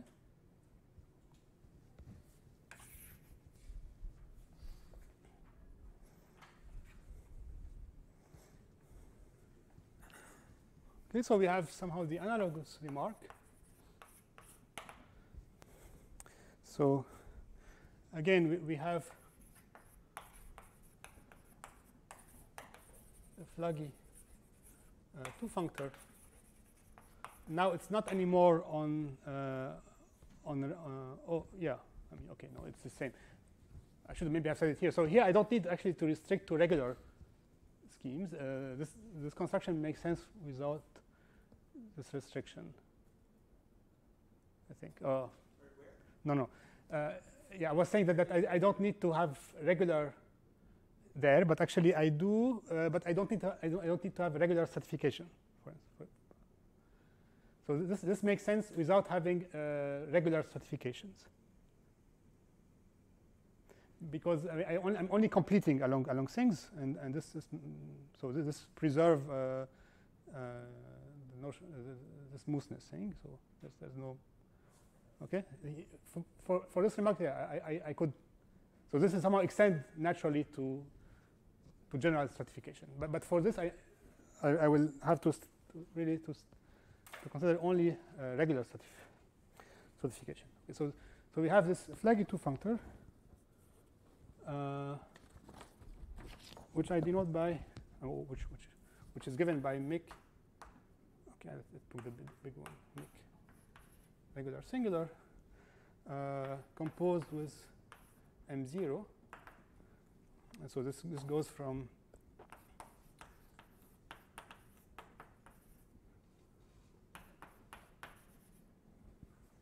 flags and takes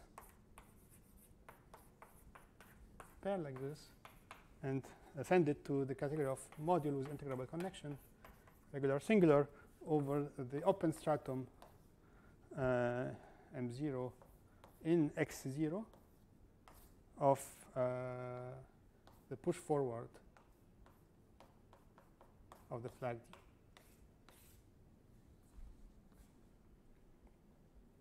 Maybe I should.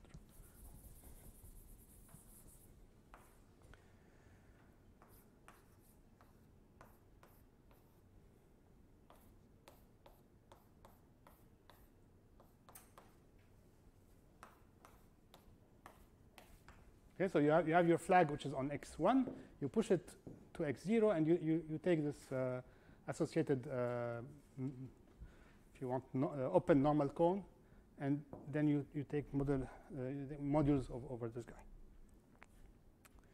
And so we have seen that we have exactly the right functoriality to make this into really a functor.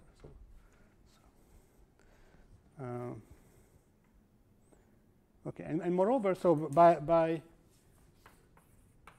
the last theorem from last week,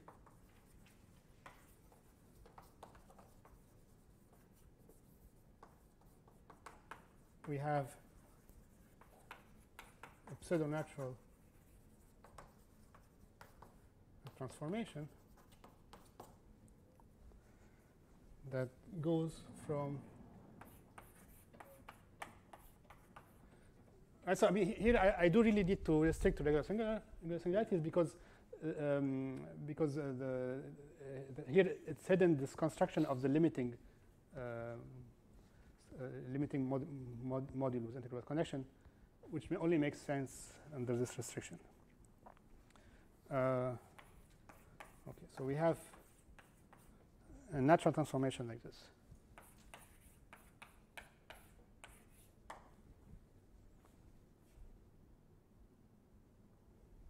Okay.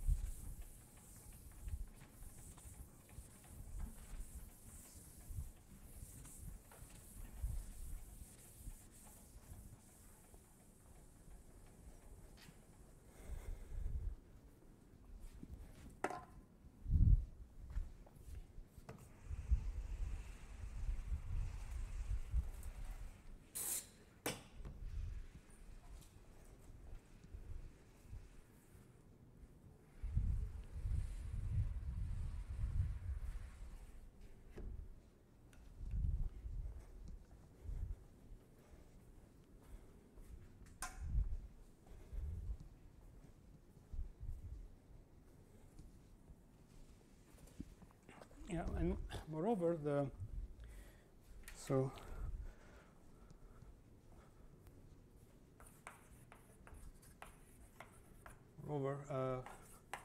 for a fixed D inside some X star, the functor from make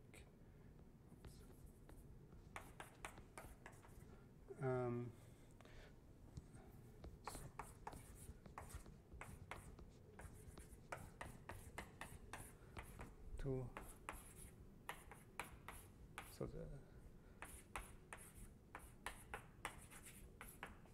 this is 0.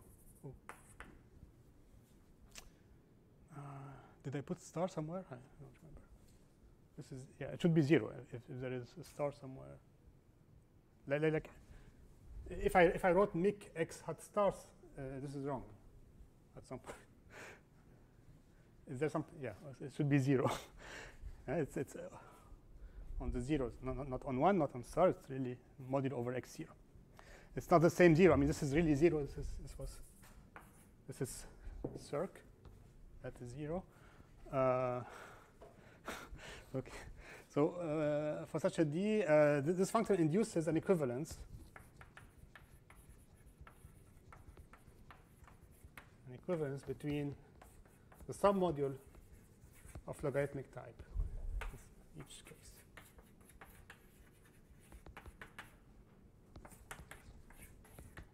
This is not surprising. It's because model of logarithmic types are very simple, and you can somehow describe them using invertible functions on your schemes, and it's not so surprising that the invertible functions here are the same essentially there.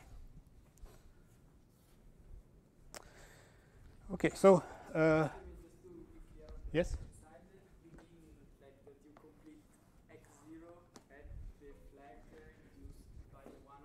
Yes, this is computation of x0 along the flag image, direct image of D. Okay, so yeah, so because we have this equivalence, it follows that we can transport back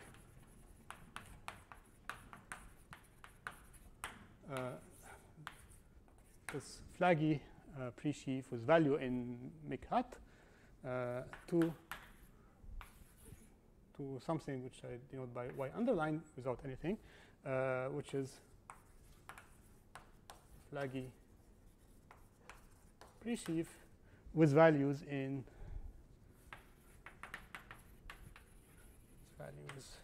this more algebraic version. Okay, so on the other hand, we have,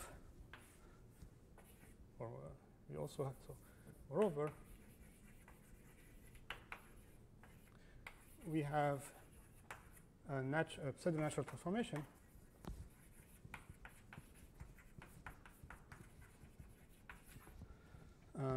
that goes from make regular singular composed with m circ to vector spaces, modules over k, which is given by, so I denote this by gamma 0, gamma delta. What it does, it takes a module and sends it to just morphism between the unit object and it. So this is like a global section function. Okay, a global section, and it gives you the natural transformation, and it admits a derived version or gamma delta, which now goes to complexes of k vector spaces. All right, so with this I can now state the main theorem of this section.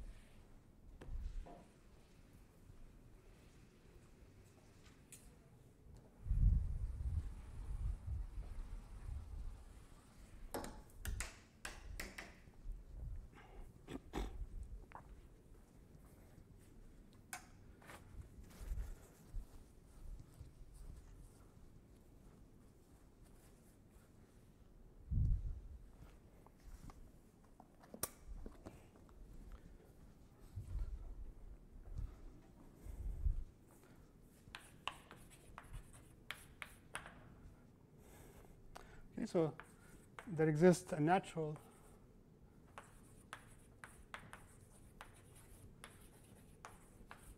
morphism of complexes of flaggy presheaves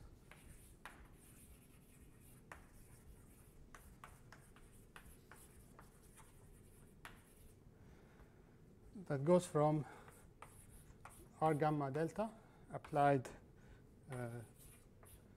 to y, which is a flaggy presheaf with values in Mick regular singular composed with m, to the y hat, which, remember, this is the ramp complex of y hat underlined. So this is flaggy presheaves on regular finite type, sigma f affine.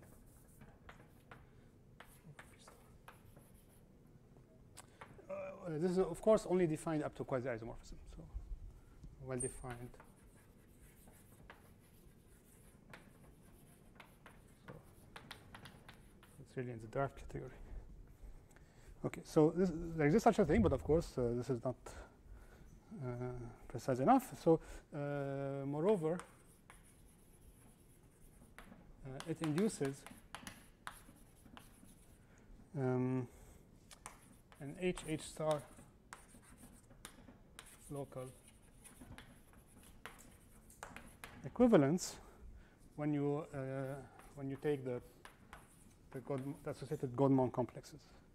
And this is also after twisting by any f. So I write it down.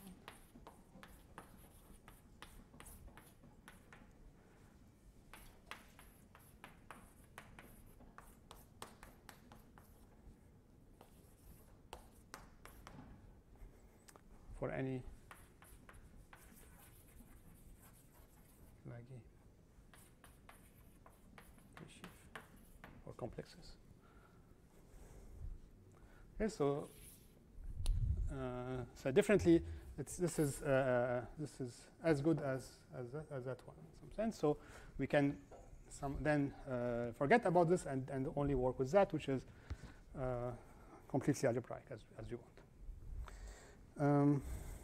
Okay, so let me say a few words about the proof of this theorem.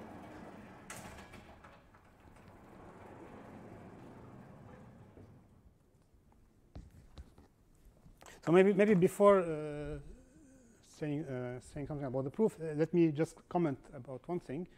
So you might object, or you might think that there is no reason to take this derived functor here, and one could rather really just, as we did before, apply somehow the ramp complex to go to complexes of modules instead of I mean, of course, the derived home from 1 to something is closely related to the ramp complex, right? It's not always it's not the same, but it's really somehow morally quite close. Okay, so you could ask why would I take this instead of taking the ramp complex? And there's a good reason for this. Is that the ramp complex will not give you a pseudo-natural transformation, and the reason why is that in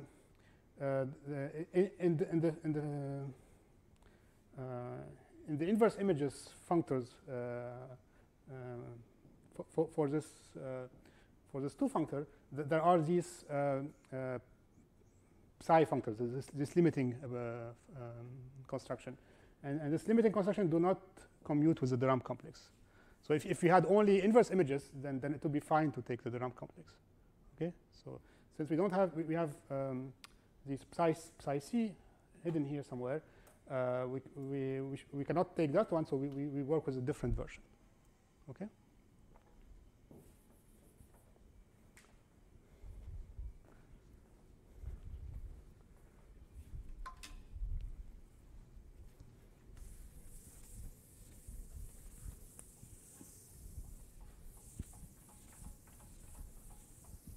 And somehow, really, the essence of this theorem is to say that it doesn't really matter to work with omega or to work with R gamma delta. at least locally for the HH topology.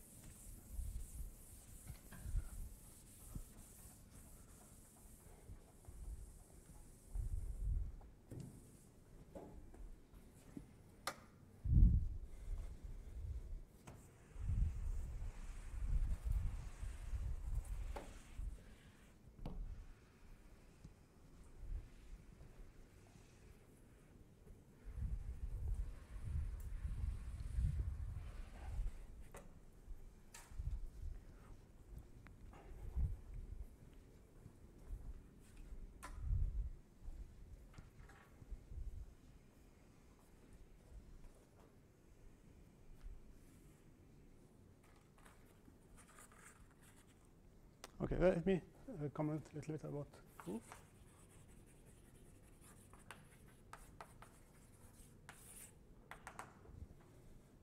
So, yeah, I said the RAM complex is closely related to X. In fact, it is indeed the same if you work with the big category of module with interval connection. So, this is a simple fact that the RAM complex of a module with integral connection really computes the R home. So if we take the big category,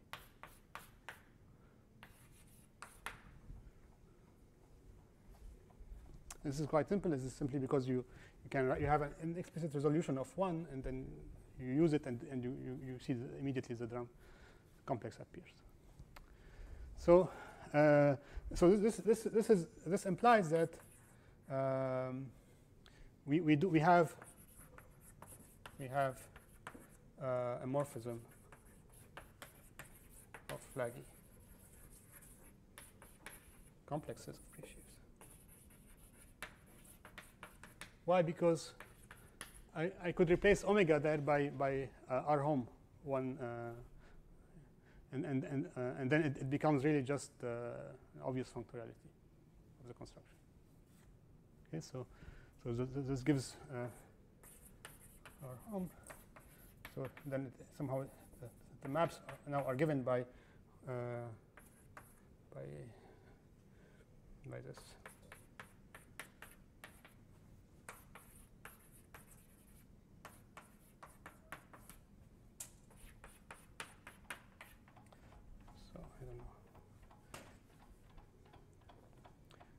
If I give a name, but maybe it's clear enough. So okay, so this is why we have such a map. And now let me just say a few words about why this will be an equivalence locally for the HH topology.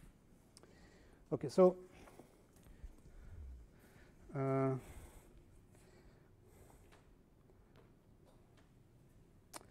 right. So to check that we have indeed an HH star equivalence, local equivalence, as usual, we evaluate at points. So we pick at V star, which is a star polytray in the category of so type over P star. Okay, we fix such a thing, and we evaluate our complex at this point. So I will not tell you, but you can imagine what we get at the end. So we are reduced to show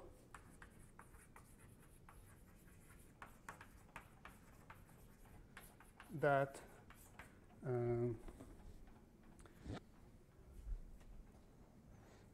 so that R gamma delta of y evaluated at some flag in V. So this will be a flag in V1. or I mean, I can really write it like this, actually. I evaluate this guy. And yeah, so this R home. Now I really work module integrable connection, regular singular. 1 with value here, 2 R home, the big one without any condition, again from the. So we want to show that this is a quasi-isomorphism. Okay, so we want to show that locally the ramp cohomology is computed, compute the X groups in this smaller category. Okay.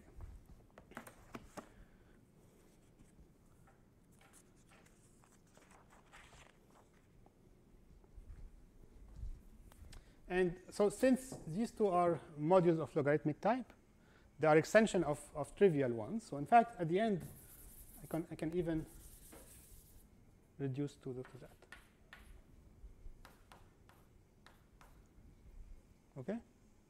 So we need to check this.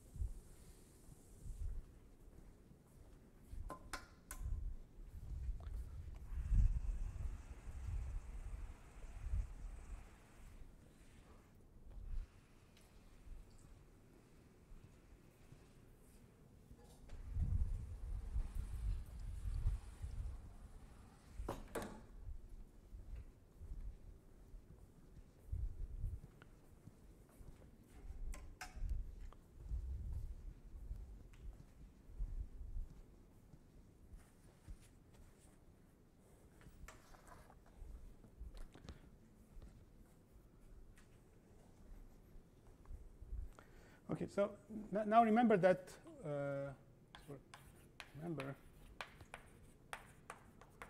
we restricted ourselves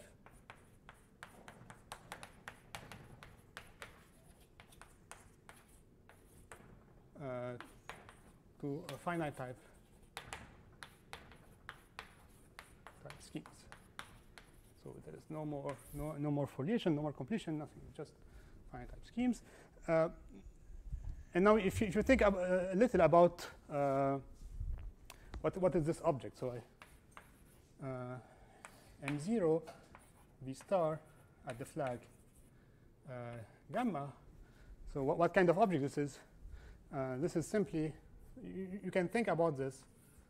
A good approximation is that this is some kind of affine, so some kind of a product of GMs times the spectrum of some field K, which is a finitely generated extension of K.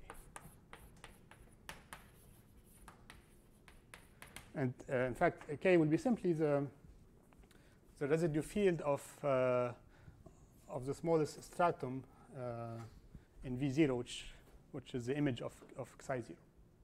Okay, and so we want to check that on such varieties we have this isomorphism, and it's indeed true. So the result follow from a theorem or from a lemma due to Beilinson, which tells us that I mean, I can maybe more generally say that the obvious functor from, so in this geometric context, so K is the field of fraction field of variety, the functor going from the boundary derived category of the module with integrable connection, regular singular over K, to the thing that I denote by this dBRS make over K is an equivalence. So here this is what this is.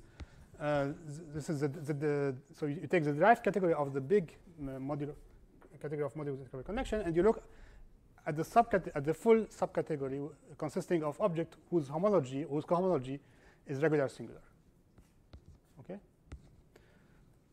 So this is classical lemma of Bayesian,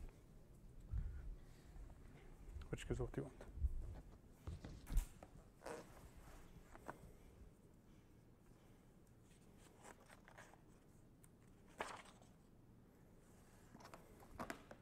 Okay, so this was somehow the case of y, and we still need to somehow take care of the other factor that constitutes the spectrum, namely the O star factor.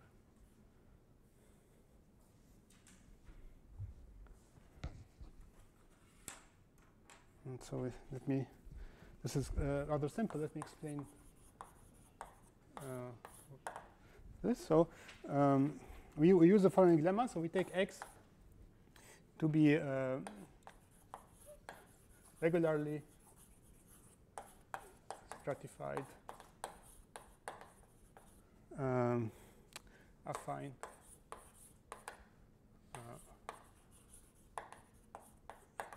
foliation, which is complete along its closed stratum.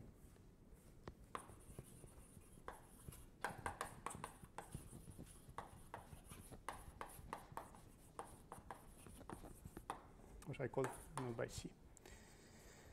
And assume that C itself is a smooth finite type scheme. C is a smooth finite type scheme. Okay, then there exists an isomorphism, canonical isomorphism between O star x0, so the open stratum in X, and invertible function on the normal cone, or the open normal cone at C.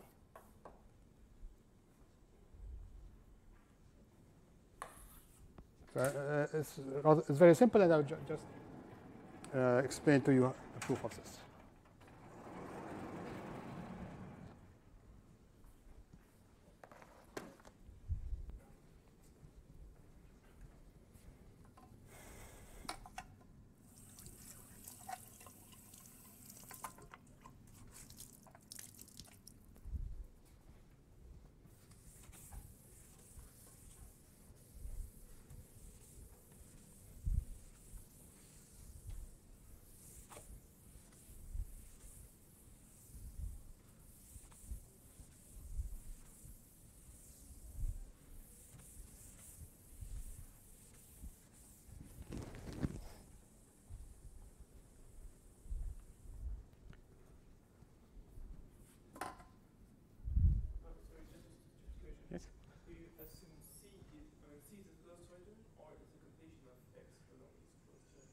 No, X is complete.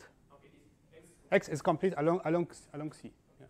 So C is the closed stratum, and X is isomorphic to the completion of X at C, if you want.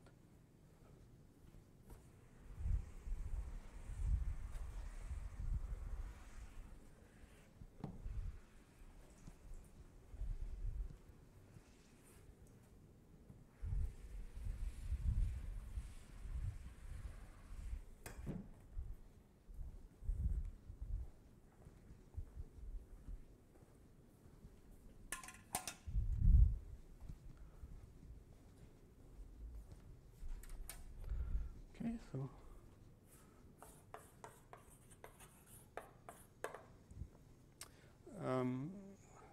yeah, so I construct a map and then it becomes quite clear that this is an isomorphism.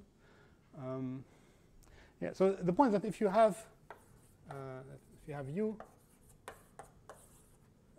in O star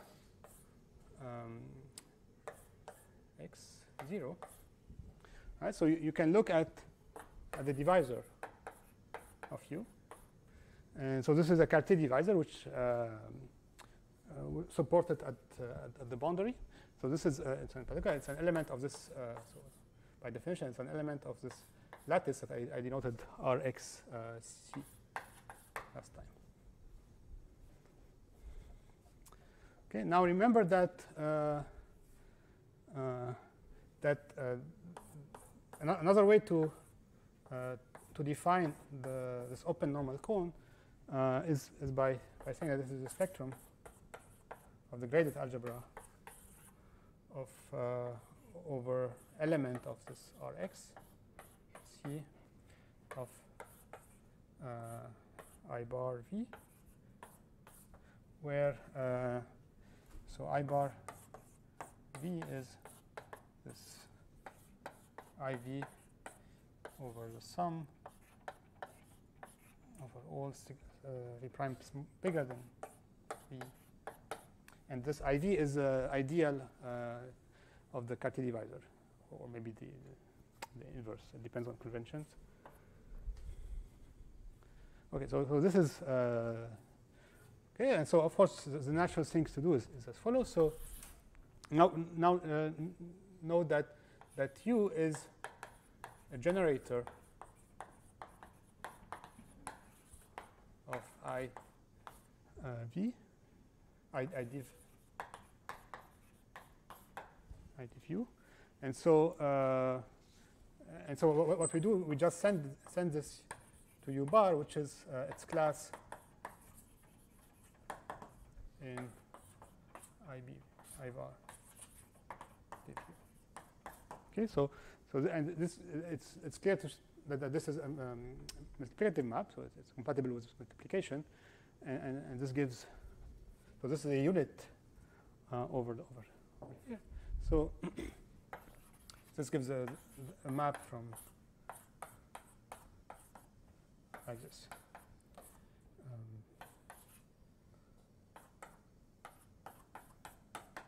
Okay. But then it's also clear that this map factors through this quotient,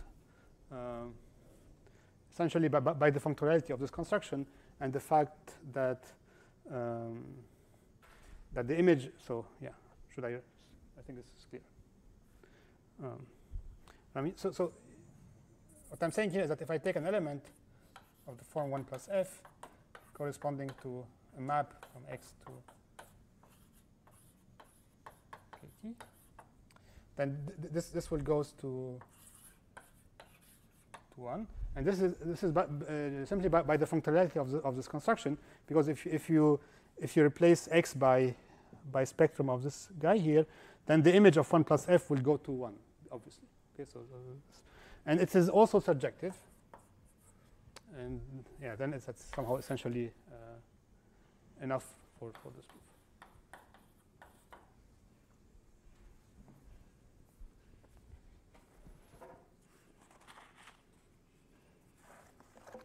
Okay, so as a corollary of this, was yeah, essentially there exists an isomorphism of Flaggy-Prishev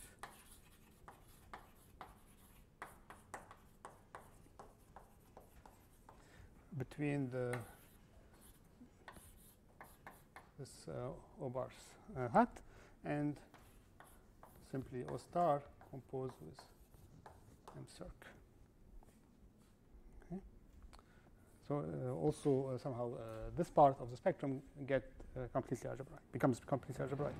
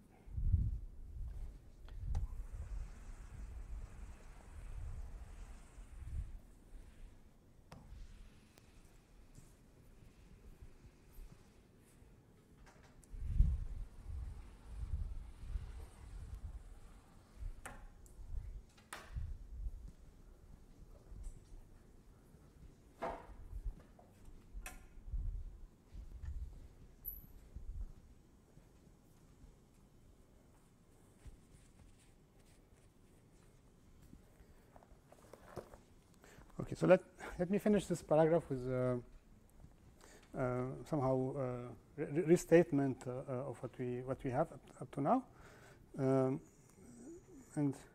we start with a remark. So I want somehow to say what I want to do now is I want to again for the nth time recall the construction of. So now what I will do, I will restate or recall or redo the construction of this guy omega, without referring really to completion, because the way I mean, if you remember, the way I introduced this is by saying we have an equivalence between two functors, and we can somehow take this y hat underline and get this y by pulling back of them. So I want to now give you a description which does not use this equivalence. Okay, so to do this, I need to somehow go a bit to the beginning. So let's see. Let's give, so given a pair I alpha in this indexing category,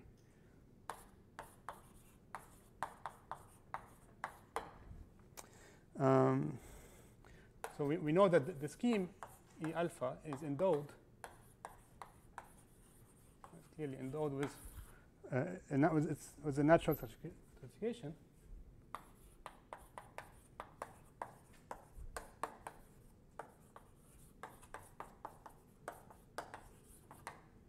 There's an overline. Right, so this is a product of E bar 1. Okay, so given a stratum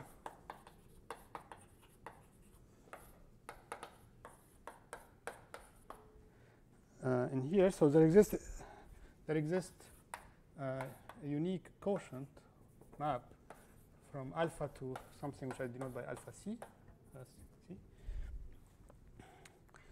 Such that, so this will be surjective, such that the induced map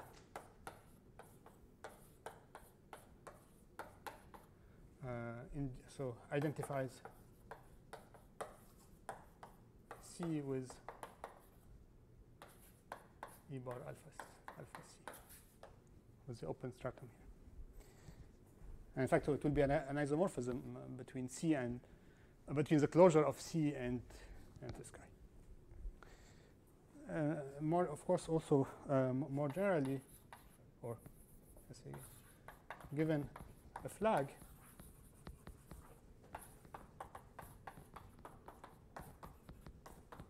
we denote by, or we set alpha the flag to be alpha of the largest stratum. And so, again, it's not difficult to see that there exists a canonical identification between m plus E bar alpha of this flag and E bar alpha the flag. So we have this kind of. Yeah, this is very easy. It's just you have to think about it yourself for a moment, and you see that we have this.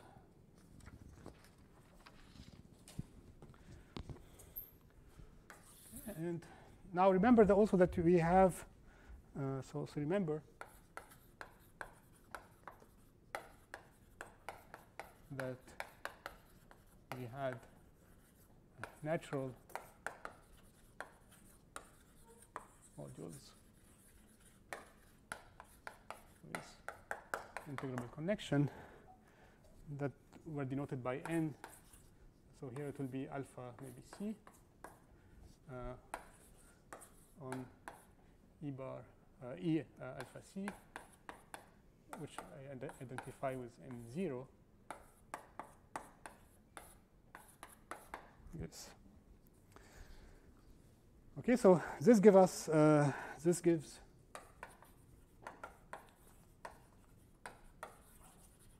flag E. Three sheaves with values in the following two functor: integral over I alpha in the indexing category,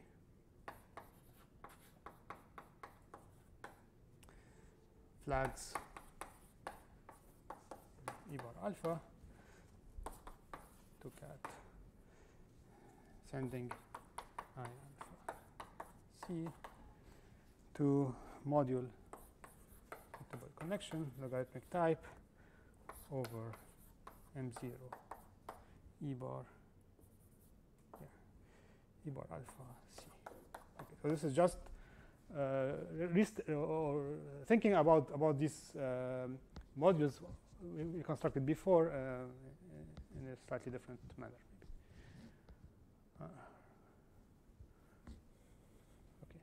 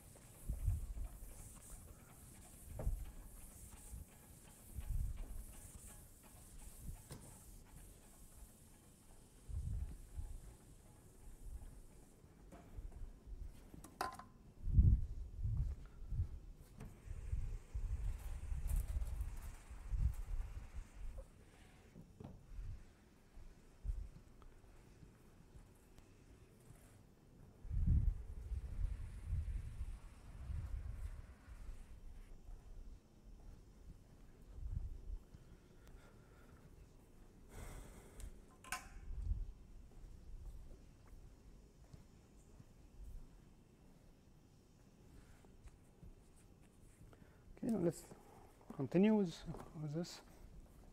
So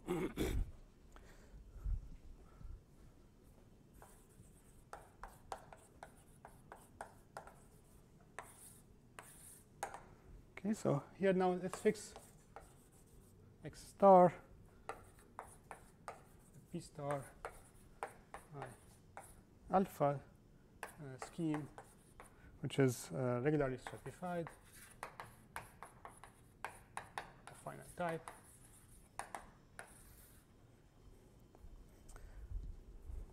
And so, as usual, we consider the diagram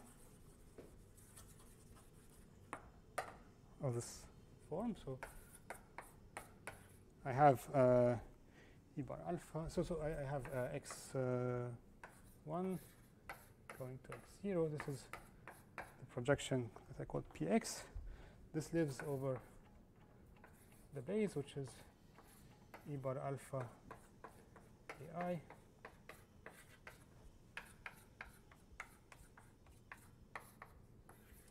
This was denoted by rho. And I give a name to this map, qx. And this is just the composition of this map projected to the first factor. So we will. So I say orally. So I assume that this guy is stratified, so that stratification is fine enough, so that this map is a morphism of stratification of stratified schemes.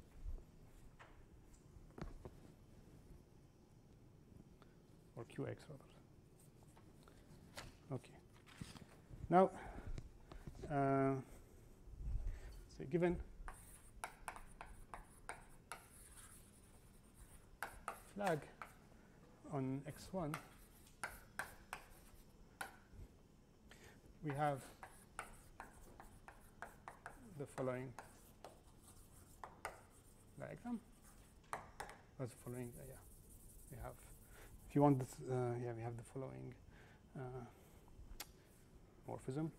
So we can go from so we have this m plus e alpha qx star d have m plus x1 t, and then I have m plus x0 px star.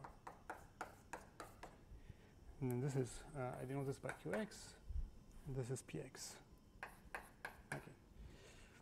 Okay, so and then we from this we have also so we now apply the two-functor make regular singular to this diagram, and I put m0 instead of m plus, and then here I get the inverse image functor. Again, m0 instead of m plus, and this is px upper star.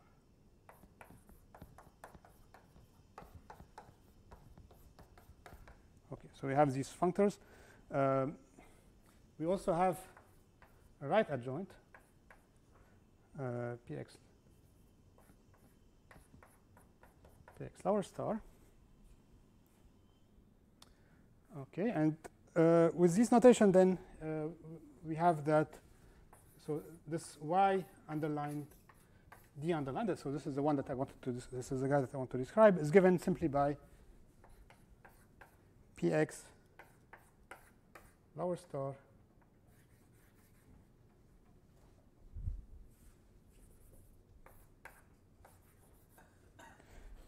applied to qx upper star applied to n of the flag qx lower star d. Okay, so this is okay. This is a description of y that I wanted to give. Okay, so you see this is completely algebraic.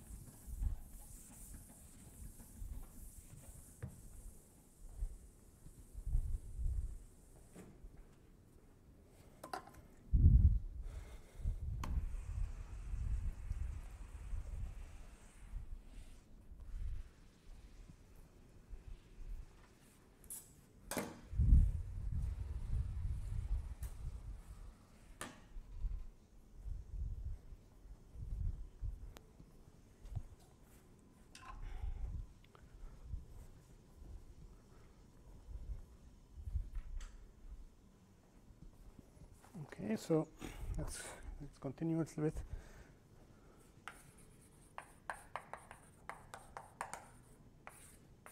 Okay, so now that we have this flaggy presheaf, so we pass to this, we apply our gamma to it,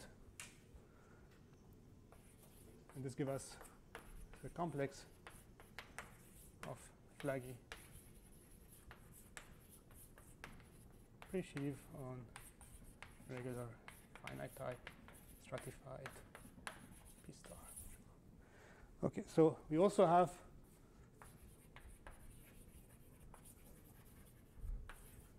O star composed with M that I denote by O star tilde. So this is also the same. It's a complex of flaggy presheaf on this guy. Okay, and so we set Z tilde M to be the Godman complex, which is associated to O tilde star taken to the power m, tensored with this guy.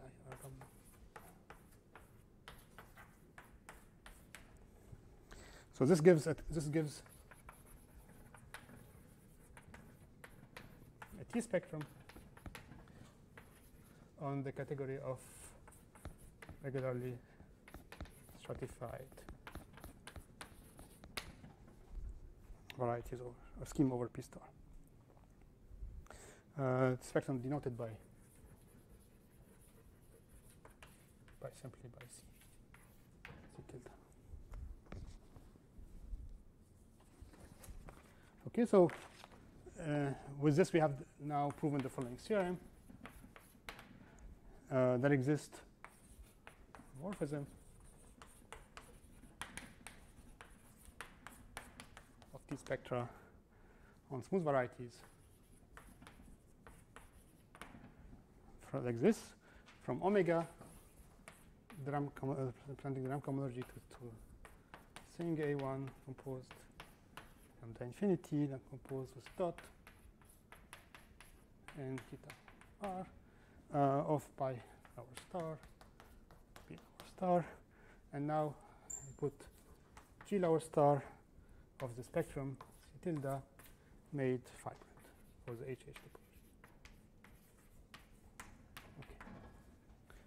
All right. So this is what I wanted to get, namely this. So this quotient of omega, which also can be written in a purely algebraic way. Okay. So yeah, maybe let's take a break, and then I continue afterward. Okay, 10 minutes break.